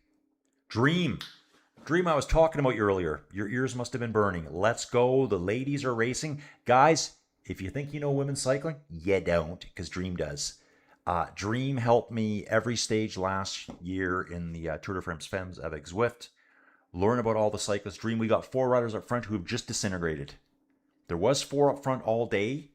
Over this last Category 3 climb, Noskova went by herself for Cofidis. We saw her go, but I thought there would have been a regrouping over the top. There wasn't. Noskova's away by herself. Arasso's chasing. Maud Rinbeek, one of my faves, because we're going to see her every day, guys. She's chasing, and then it's Ocean Mahe with the best-looking bike in 4th place. Amanda Spratt for Lidl Trek will be 5th, and then the peloton's coming now, guys. The peloton looks like it's getting serious now.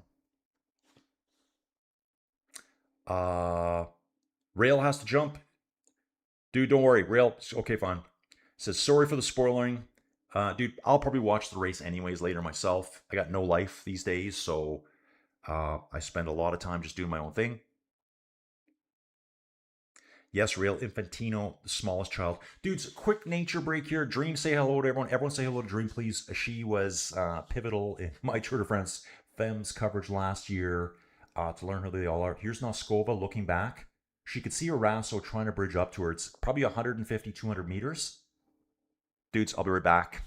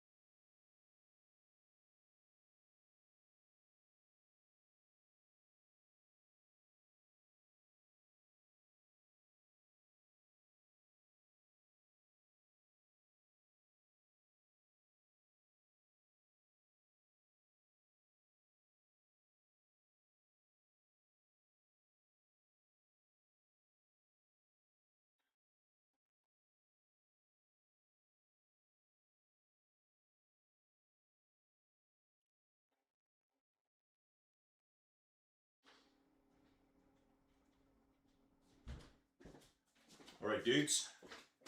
Back inside the 10x10 cube of cycling dominance and performance excellence. So Arasso's currently sitting 10 seconds behind our rider up front. That is, I've forgotten the name already, dudes. It's Noskova here for Cofidis. Let's take a look at Noskova. 29 years old from the Czech Republic. The Cofidis looks, the jersey is the exact same as the men's team. I'm sure there might be a few different sponsors on there, but basically the colors, things like that.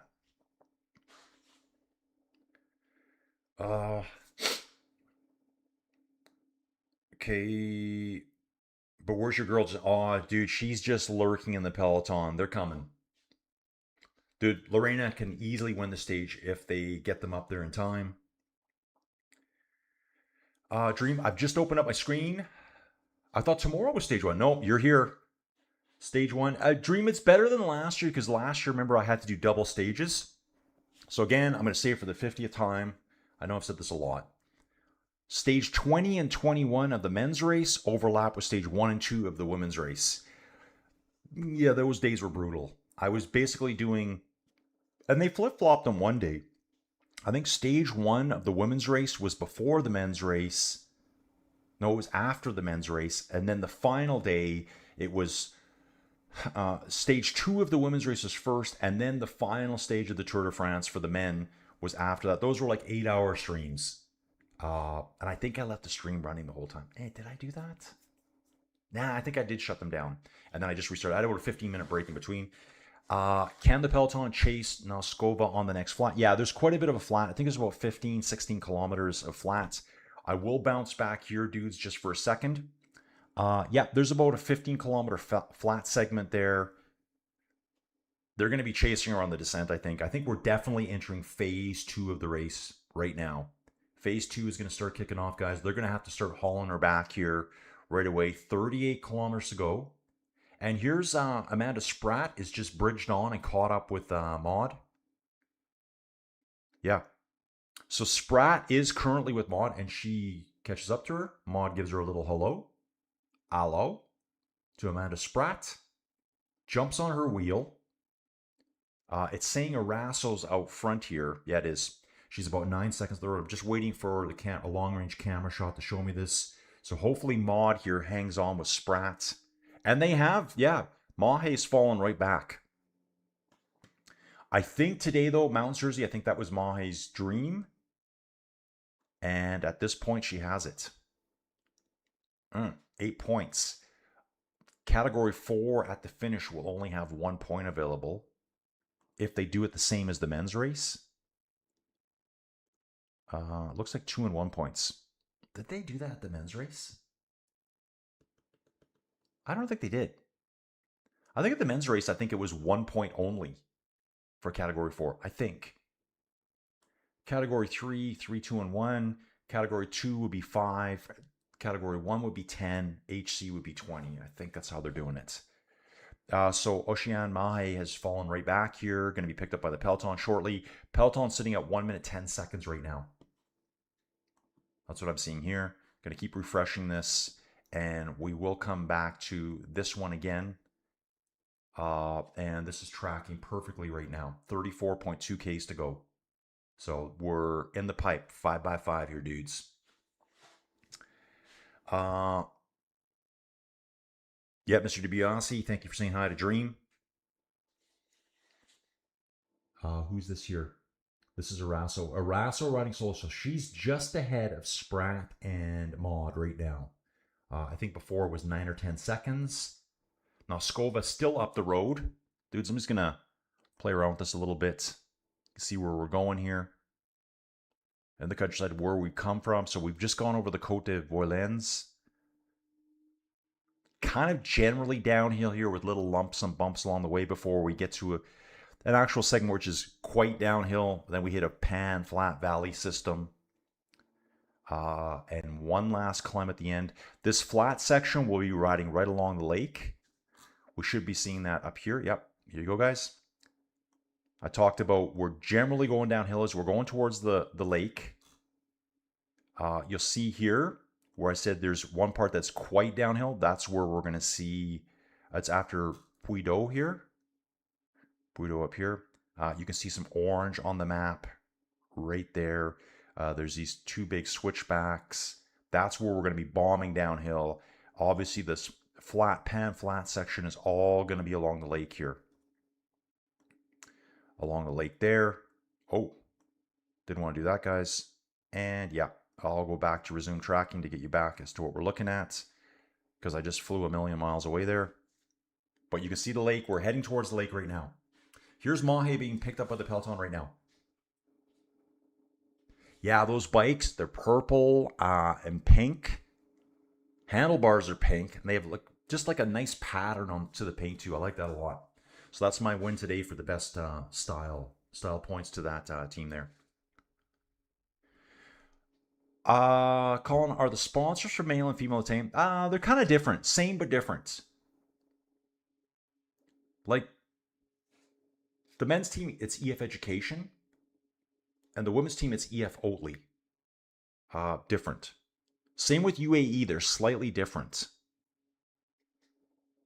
Yeah, Dream, that's what I was saying earlier. The finish is a bit of a wall. It is kind of a bit of a wall, guys. Like, it's kind of serious, the final climb. Let's just bounce to this one. We'll check it out. Category 4 climb here.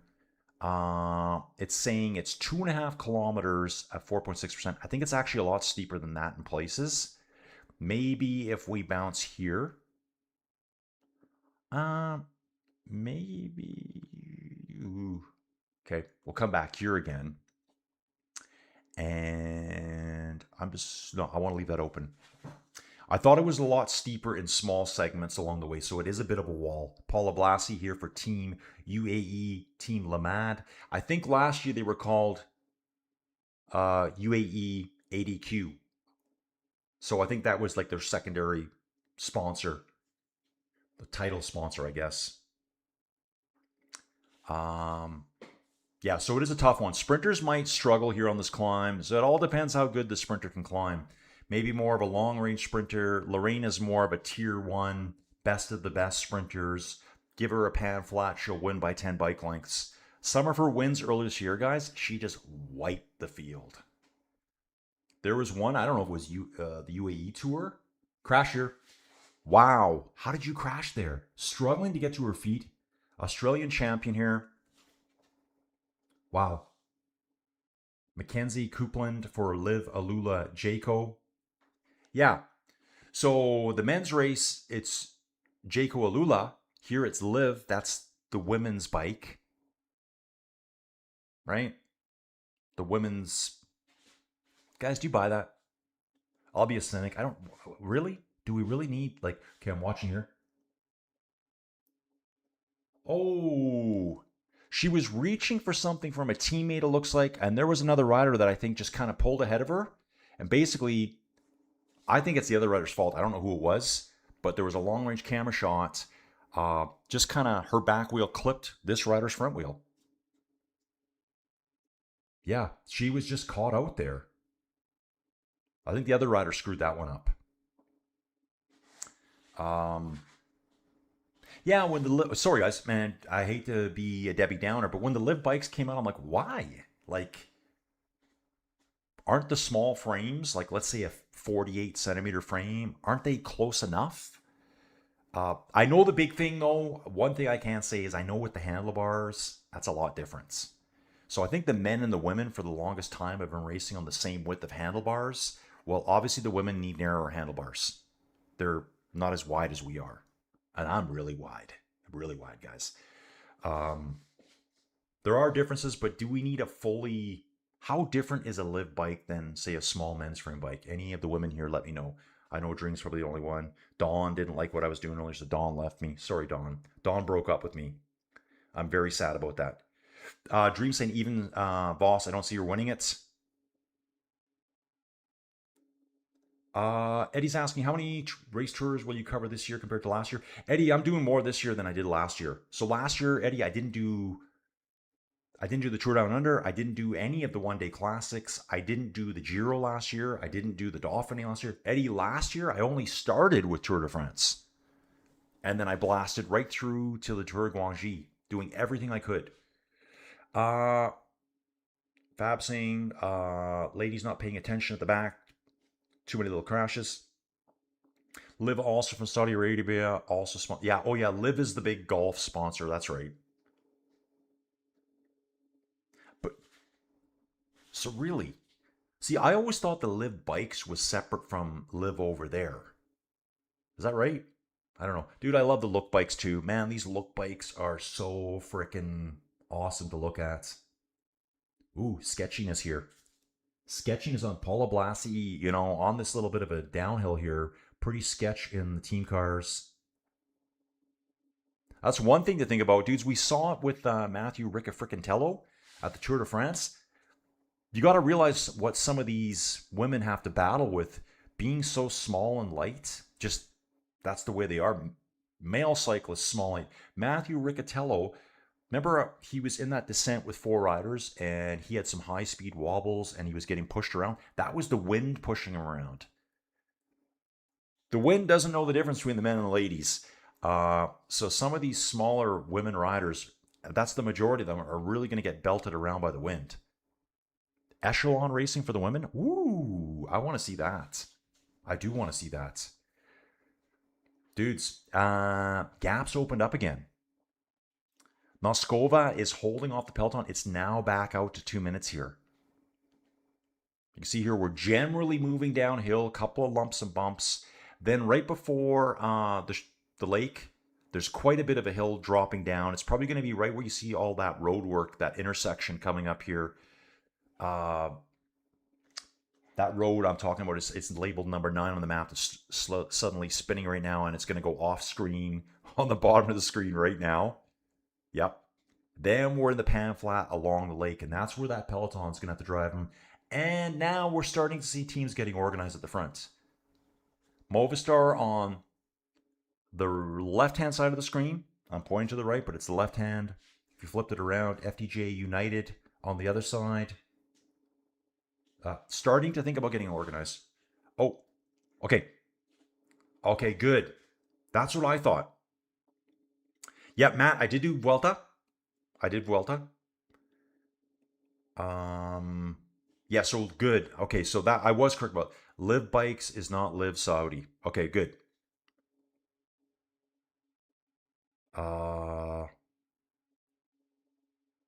Colin, will next year be race in the middle if the conflict's not over?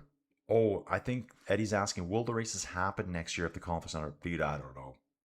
I don't know what's going on over there. Live are still doing golf. They don't sponsor. Yeah, so that Live is different from this Live. Now, guys, what's your vibe on the Live bikes? Did they really need to have a women's only bike? Dude, I guess it's good marketing. It's good marketing if you're a woman getting into cycling. Well, hey, this is a woman's dedicated only bike, but really, is there that much difference? I guess you put on narrower handlebars. That's a big difference. But men ride narrower handlebars too. They're not supposed to. There's a limit. So there's a handlebar restriction too, guys. If you can bring your hands in, if you can bring your shoulders in tighter, you're more aerodynamic. Dream saying, I read the last time Liv will be out of golf. It has something to do with Liv having to be transparent and open their books. Okay, Eddie's got some Formula One talk here. I'm waiting for V8s, Eddie. If they, dude, here. I'm such a snob for Formula Ones because I've been to some of the races. I've been to Silverstone when they had V8s.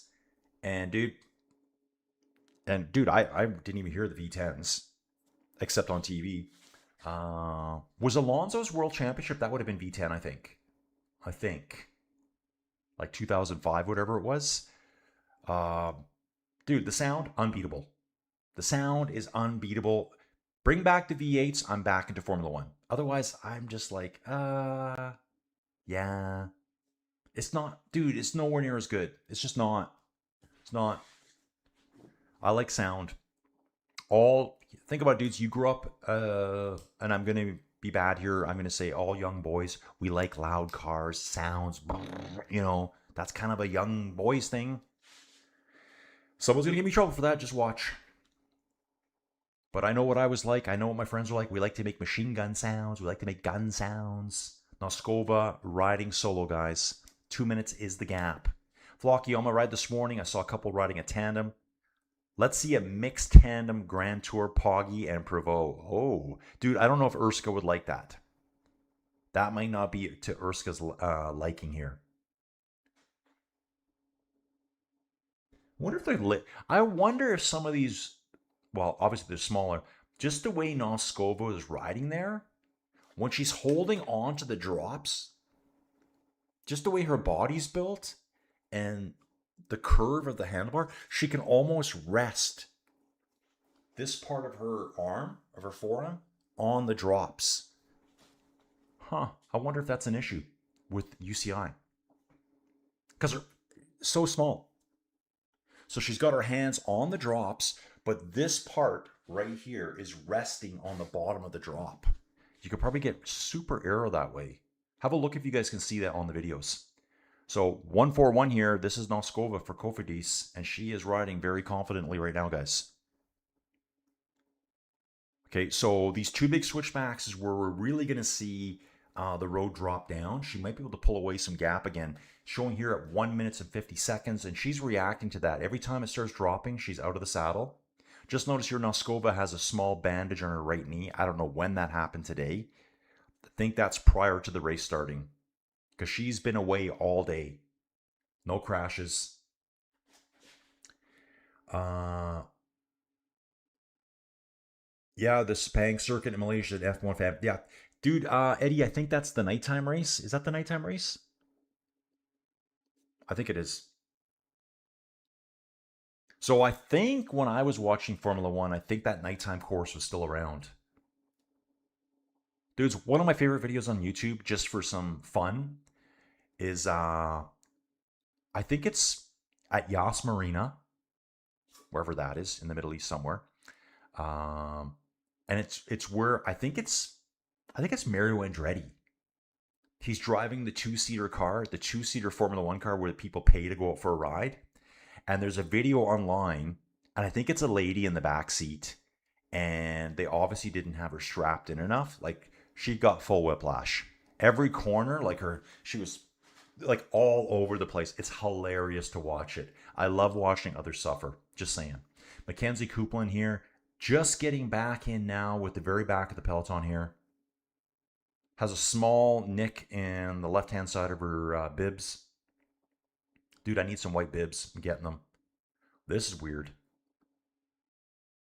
Here's a Musette pickup here. Must be full of just bottles right now. We're only 23 kilometers from Sylvia Persico.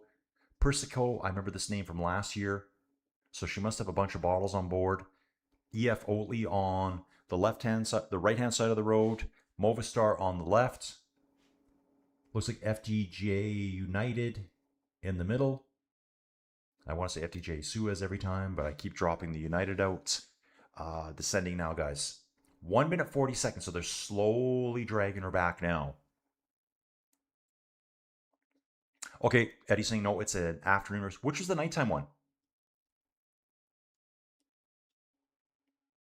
Yeah, Aussie Champ. Yeah, Fab. Nice catch. Aussie Champ made it back to the peloton. That was a serious bridge. Absolutely. Yeah, dude. Here we go. Croix Savant. Best F1 sound. V12. Ligier. Matra from the late 70s. Dude, I'll have to look that up today. Dude, what was I seeing?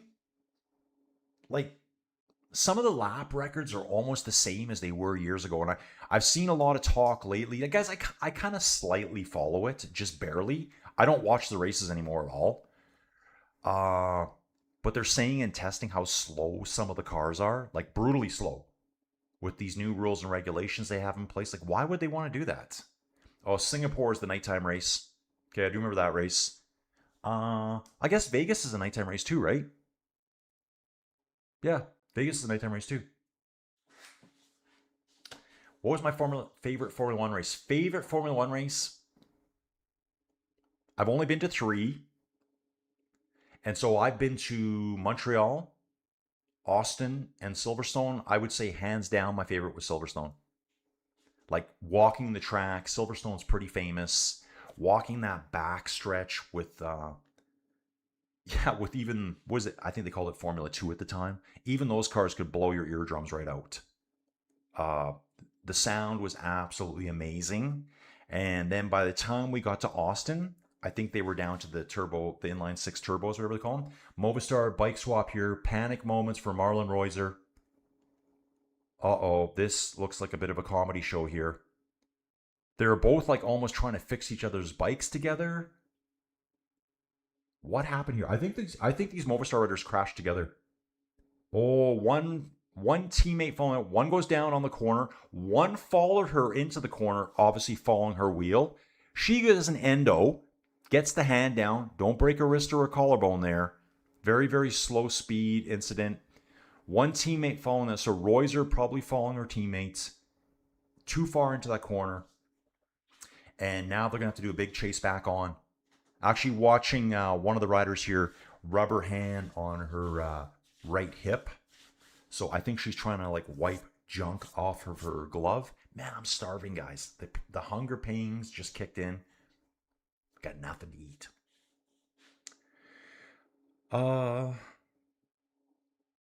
Flocky, who was better, Gilles or Jacques? Dude, I don't know. It's a good question.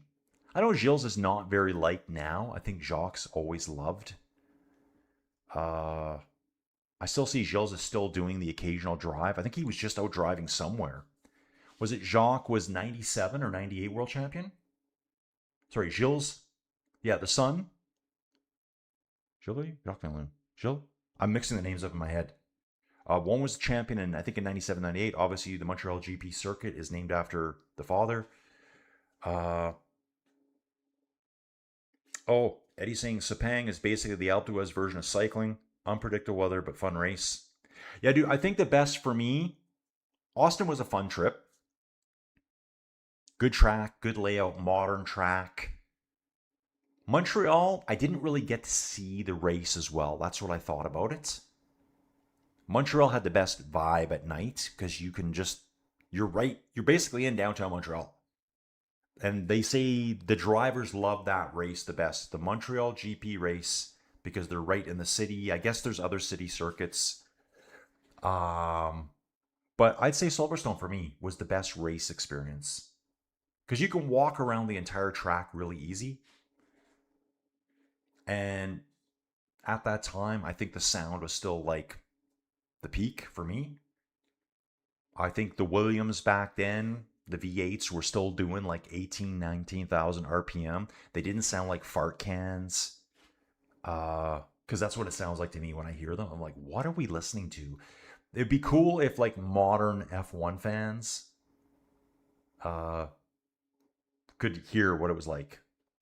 You know, the Hamilton, Vettel, Alonso, go back a few years before that, Schumi, Mika battles. Dude, I love that time. Okay, the Movistar riders are trying to battle their way on right now on this descent. So they've been dropped. Marlon Reuser is the team leader for Movistar. So they're trying to fight their way back. No one's going to be waiting for her right now.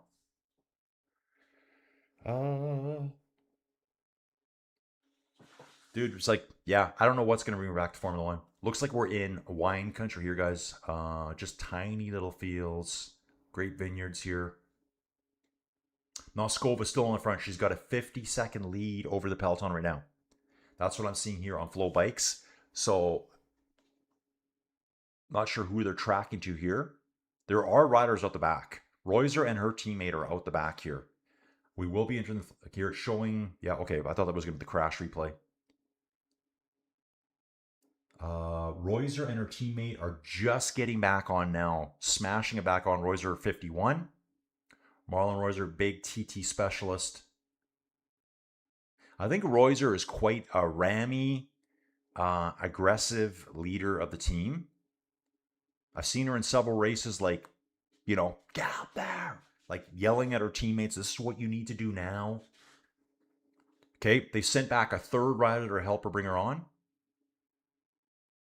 So Movistar sent back another rider to help pace her back on. They're not on the back yet, guys. They are not on the back. There's occasional riders they're picking up along the way. And trying to see who's going on here. What is this all about? Is this Novskova being caught by these three chasers? This might be Novskova getting caught.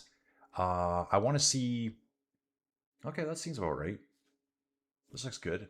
Dudes, I'm just going to jump out for a second here. Get all caught up. 17.1 to go. Okay, looks good. On that flat section on the lake. So here's Noskova's out front. But yeah, there's a trio right on her. Spratt, Arasso, and Maud hung on. Nice. So Spratt passed earlier with, and Maud jumped on her wheel. Arasso's been caught by those two. Noskova's she was the only one left. Now she's been picked up by those three riders. 53 seconds back to the peloton.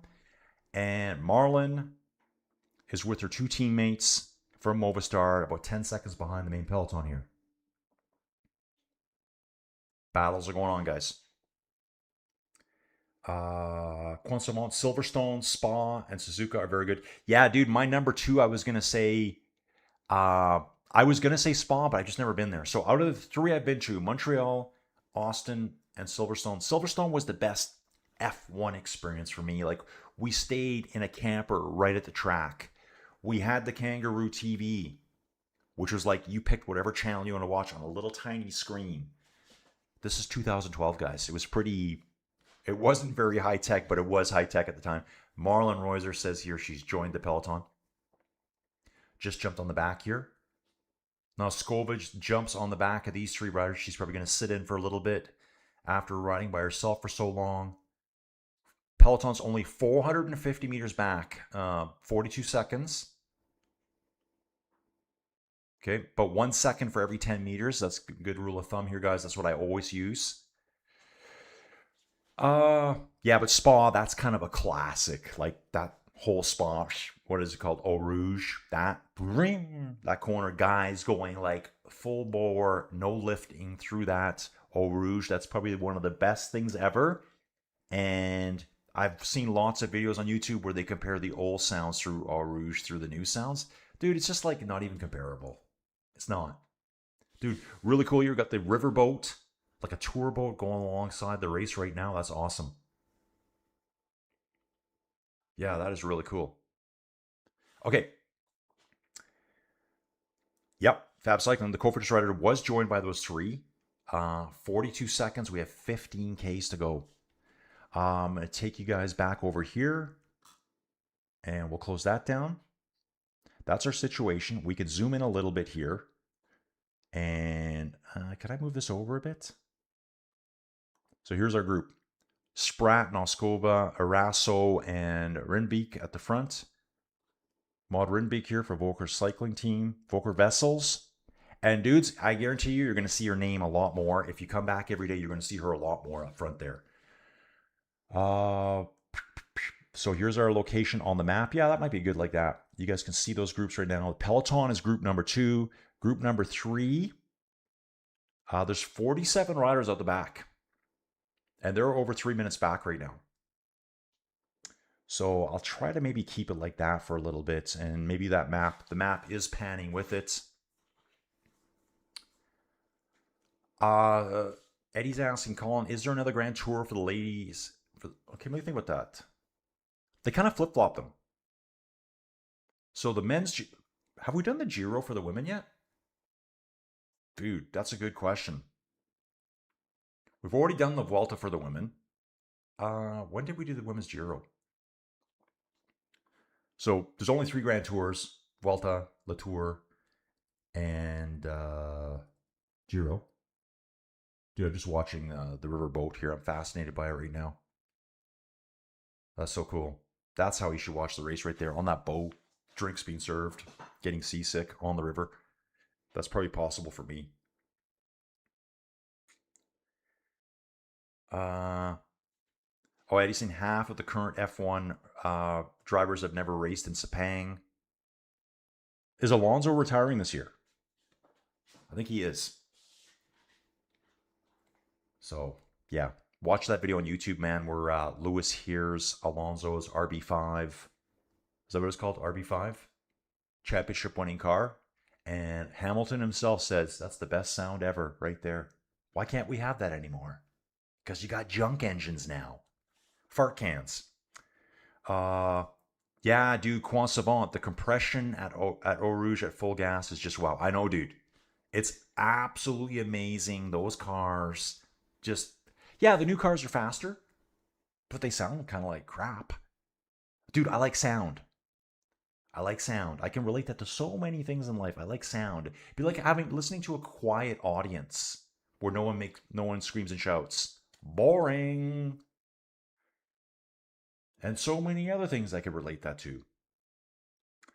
Fab. I went to school in Buckingham, down the road from Silverstone. You could hear the cars on the track from my living room 15 miles away. Dude, I guarantee you can't hear a modern F1 car 50 miles away. They sound like garbage. And I'm one fan that they've lost. And I can't be the only one. So yeah, those V8s, the V10s, the 12s. Dude, that 90s. Yeah, dude. So good. Driver input. A lot of dudes talk about that. Driver input. Oh, this is a paddle wheeler.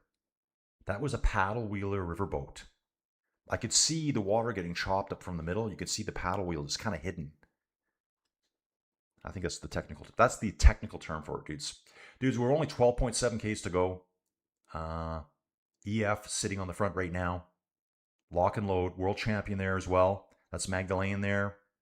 World champion. The Australian champion who crashed earlier, who got taken out by another rider, really. She's right back at the front here. I think it's Mackenzie Coupland. Dudes, I was watching something on Facebook or Instagram, and there was some Kieran racing in Japan, I believe. Kieran racing. And you could see there, I think it was an American dude. He got taken out. I think there's a lot of sports betting on this stuff.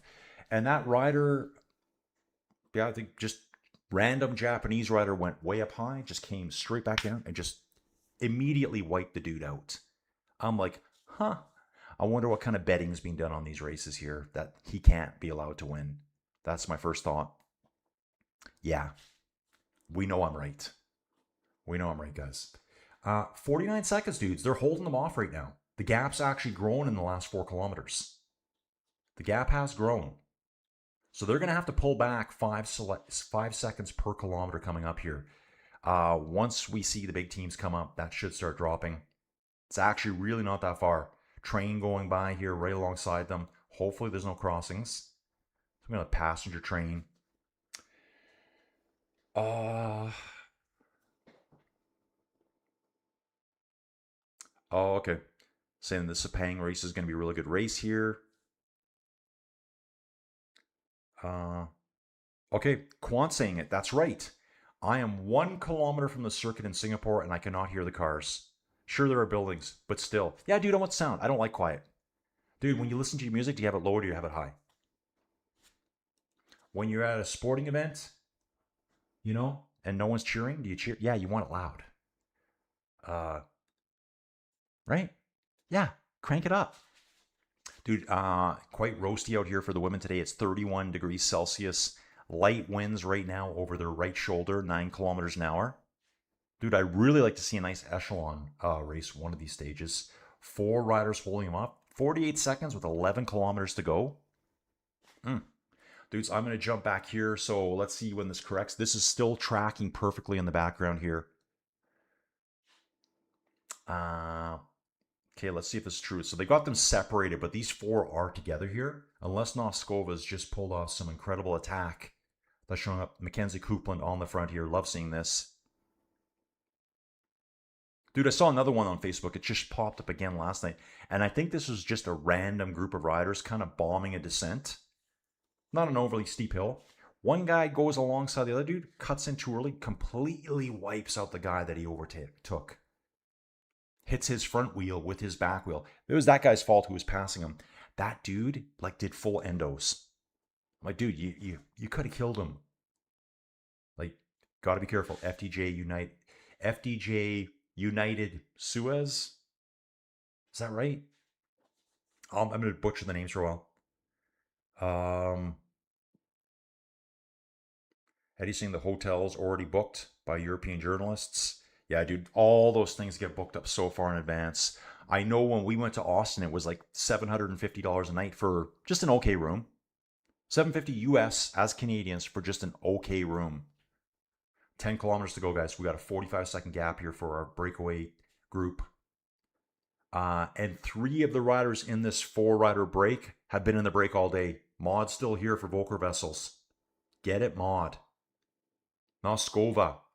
Noskova will get probably the most combative award for going away by herself and being in the break all day. Sprat's the only one here that wasn't in the all-day break. Seeing Eliza Longo Borghini right now. Dudes, teams are well formed now at the front. You can see like 4 or 5 different blobs of teams lining up now. Moving along 43k an hour. Now the gap's under 40 seconds at this point. Same 40 here on the tracker. 4 riders in the break. We will be riding along the shoreline for another couple kilometers here before we start climbing again. Lorena, Justin just jumps in. And he says, I think the finale is too hard for the sprinters. It will be between the punchier GC riders, Pauline, Demi, Kopecky, Vanderbryggen. I know you're pulling for Vibes. Yeah, totally, dude. But it's not a Vibes day. I'd say that too. Kasia will be involved there too. See how it goes. See how Marlon Royzer is going to look at the finish here. Marlon has the time trial to her advantage. Dawn, get it on. Shaka Khan. It's bang bang time here. Oh yeah, dude. Banging. We love it. Inside Cycling World loves the Bang Fest, guys. Dudes, I don't know what I'm doing for the rest of the day. 10 o'clock in the morning already. What? How did that happen? Is it really 10 o'clock in the morning? It is. It's almost 10 o'clock in the morning. So after this, I got to eat something. And, dude, I think the first thing I'm going to do today is get my bikes up, take the back wheel off, plunk it on the trainer, put a TV show on, Zone 2. Zone 2. That's all I'm doing today. And let's get hot. Let's get hot. 31 seconds now, dropping all the time, guys. Do the 4 up front have a chance? I'd say no chance. Going through a small town here called Lutry. Got the we're going past a Wagyu restaurant right away, and there's an Olympic museum ahead of us up the road here. I'm just gonna let the tracker do its own thing here today. I won't get too involved with it. Matt saying, Colin, with respect, do you know the joke about the fast cars and long cars? Do they do that to compensate? Sure, they do. But I like the sound. I'm a very vroom vroom guy.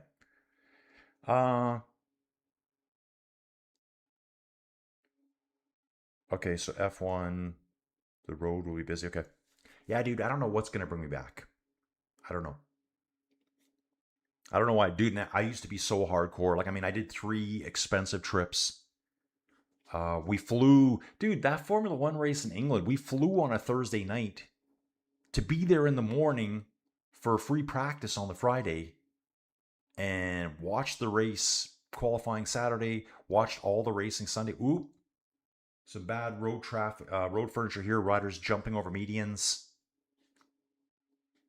And, oh, we got one rider having some issue. This might be Puck. Nope. Lenke Neuden. I think it was a Phoenix rider here. Just seeing it, dude, I'm just seeing a lot of like reddy ginger hair color out the back. And I did the same thing last year. Maybe gingers make better cyclists. Maybe gingers make better cyclists. Eddie's asking, is the prize money for female different than the male in the Tour de France? Dude, I don't know, but Eddie, that's a good comment. They showed the prize money for the men's Tour de France, and it's terrible. It's garbage.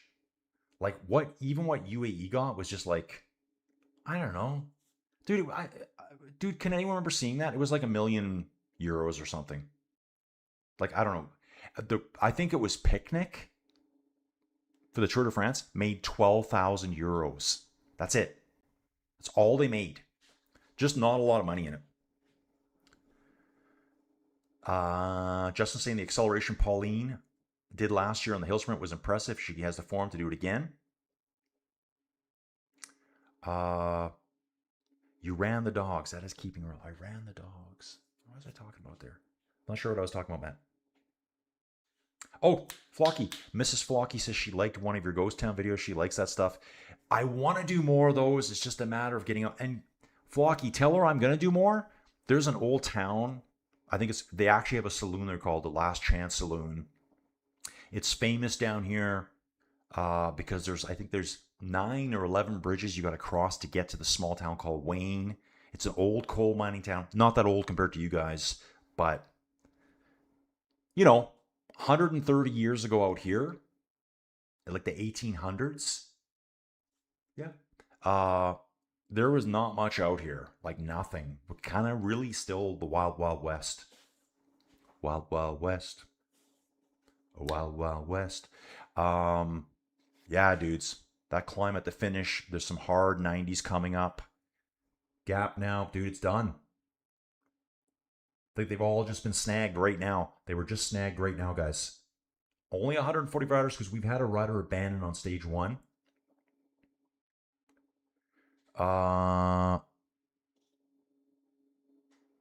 Okay, travels with Tony. I think it's 2.3 million for the male Tour de France winner and 250,000 for the top woman. Yeah, Eddie. Yeah, totally. I know. That's what's hard about doing some of these videos. I'm kind of like, okay, so we've got no people watching this race, and I'm always, dude. I did the same thing last year. When you hear me say, "Come on, ladies, let's support ladies cycling," like, let's do it. Jump in. Yeah, Cool Modi, the Wild Wild West. Oh, the dog running stuff. Yeah, totally. Guys, 5.2Ks to go. It's all back together. Riders been caught back. Lidl Trek driving the front. Movistar up there as well. Visma is represented. EF Education doing their thing. Team Picnic Post NL for the women on the very, very far right-hand side of the road under the Zwift banner. You're going to see a lot of Zwift at this one. Demi following here, all in white. Kasha riding for Canyon SRAM. Black bibs, white top. Top, guys, get it? That's my British background there. Get your white top. That's a cute top, Phil. What movie's that? That's a cute top, Phil. Yeah, but so even for the men, the race winnings are just like, that's it? When Otani probably made that in one baseball game. Right? Is this more than that, but you know what I'm saying. Flocky, women's cycling is better than women's soccer. You guys know I don't watch a lot of soccer, but I think women's cycling is really, really good, guys. Okay, they've just gone through this bend here, so Flow Bikes is just slightly delayed. They're going to take this corner here right now, watching it. They're alongside the shore, really close here.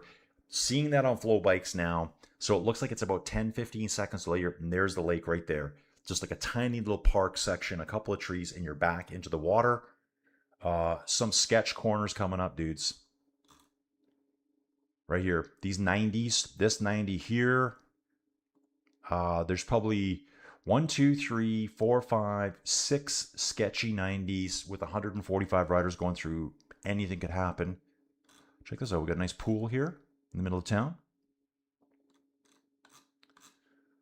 God, man, these towns should pay me to be a tour guide. Okay, dudes, they're along the shore still. That's a cute top, Phil. Anyone? One of my faves.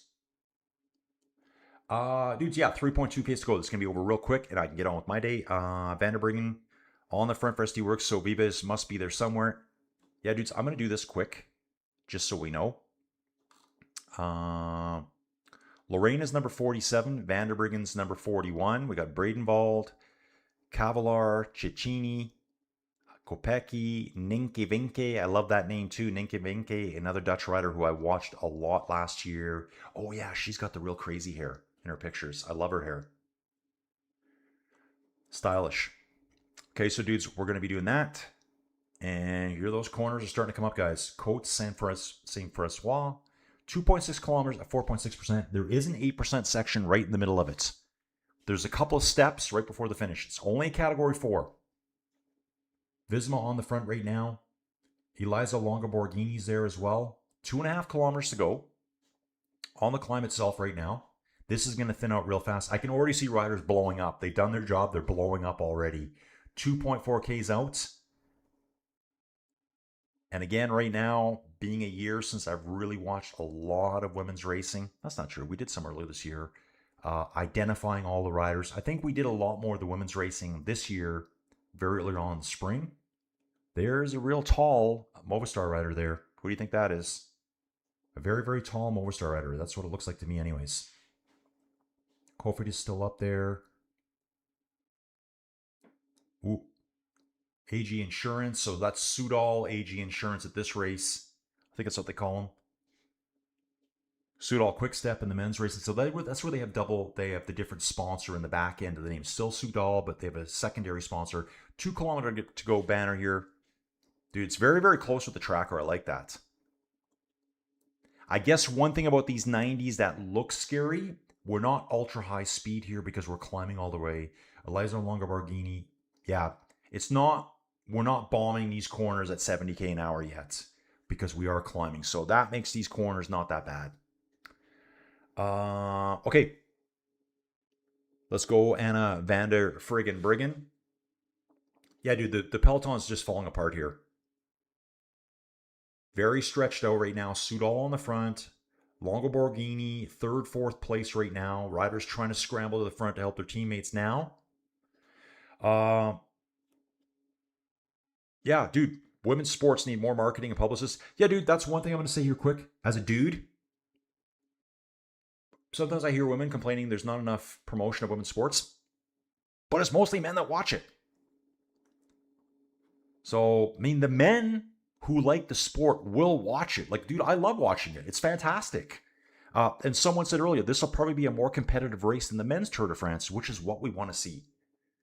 I think more women need to watch the sports that women are involved in. 10%. There's a 10% segment here, guys. I knew there was a couple of steeper parts.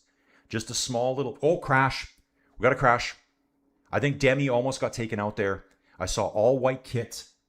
Had to come to a real standstill there. These riders aren't going to let Demi back in. Guaranteed. That was Demi.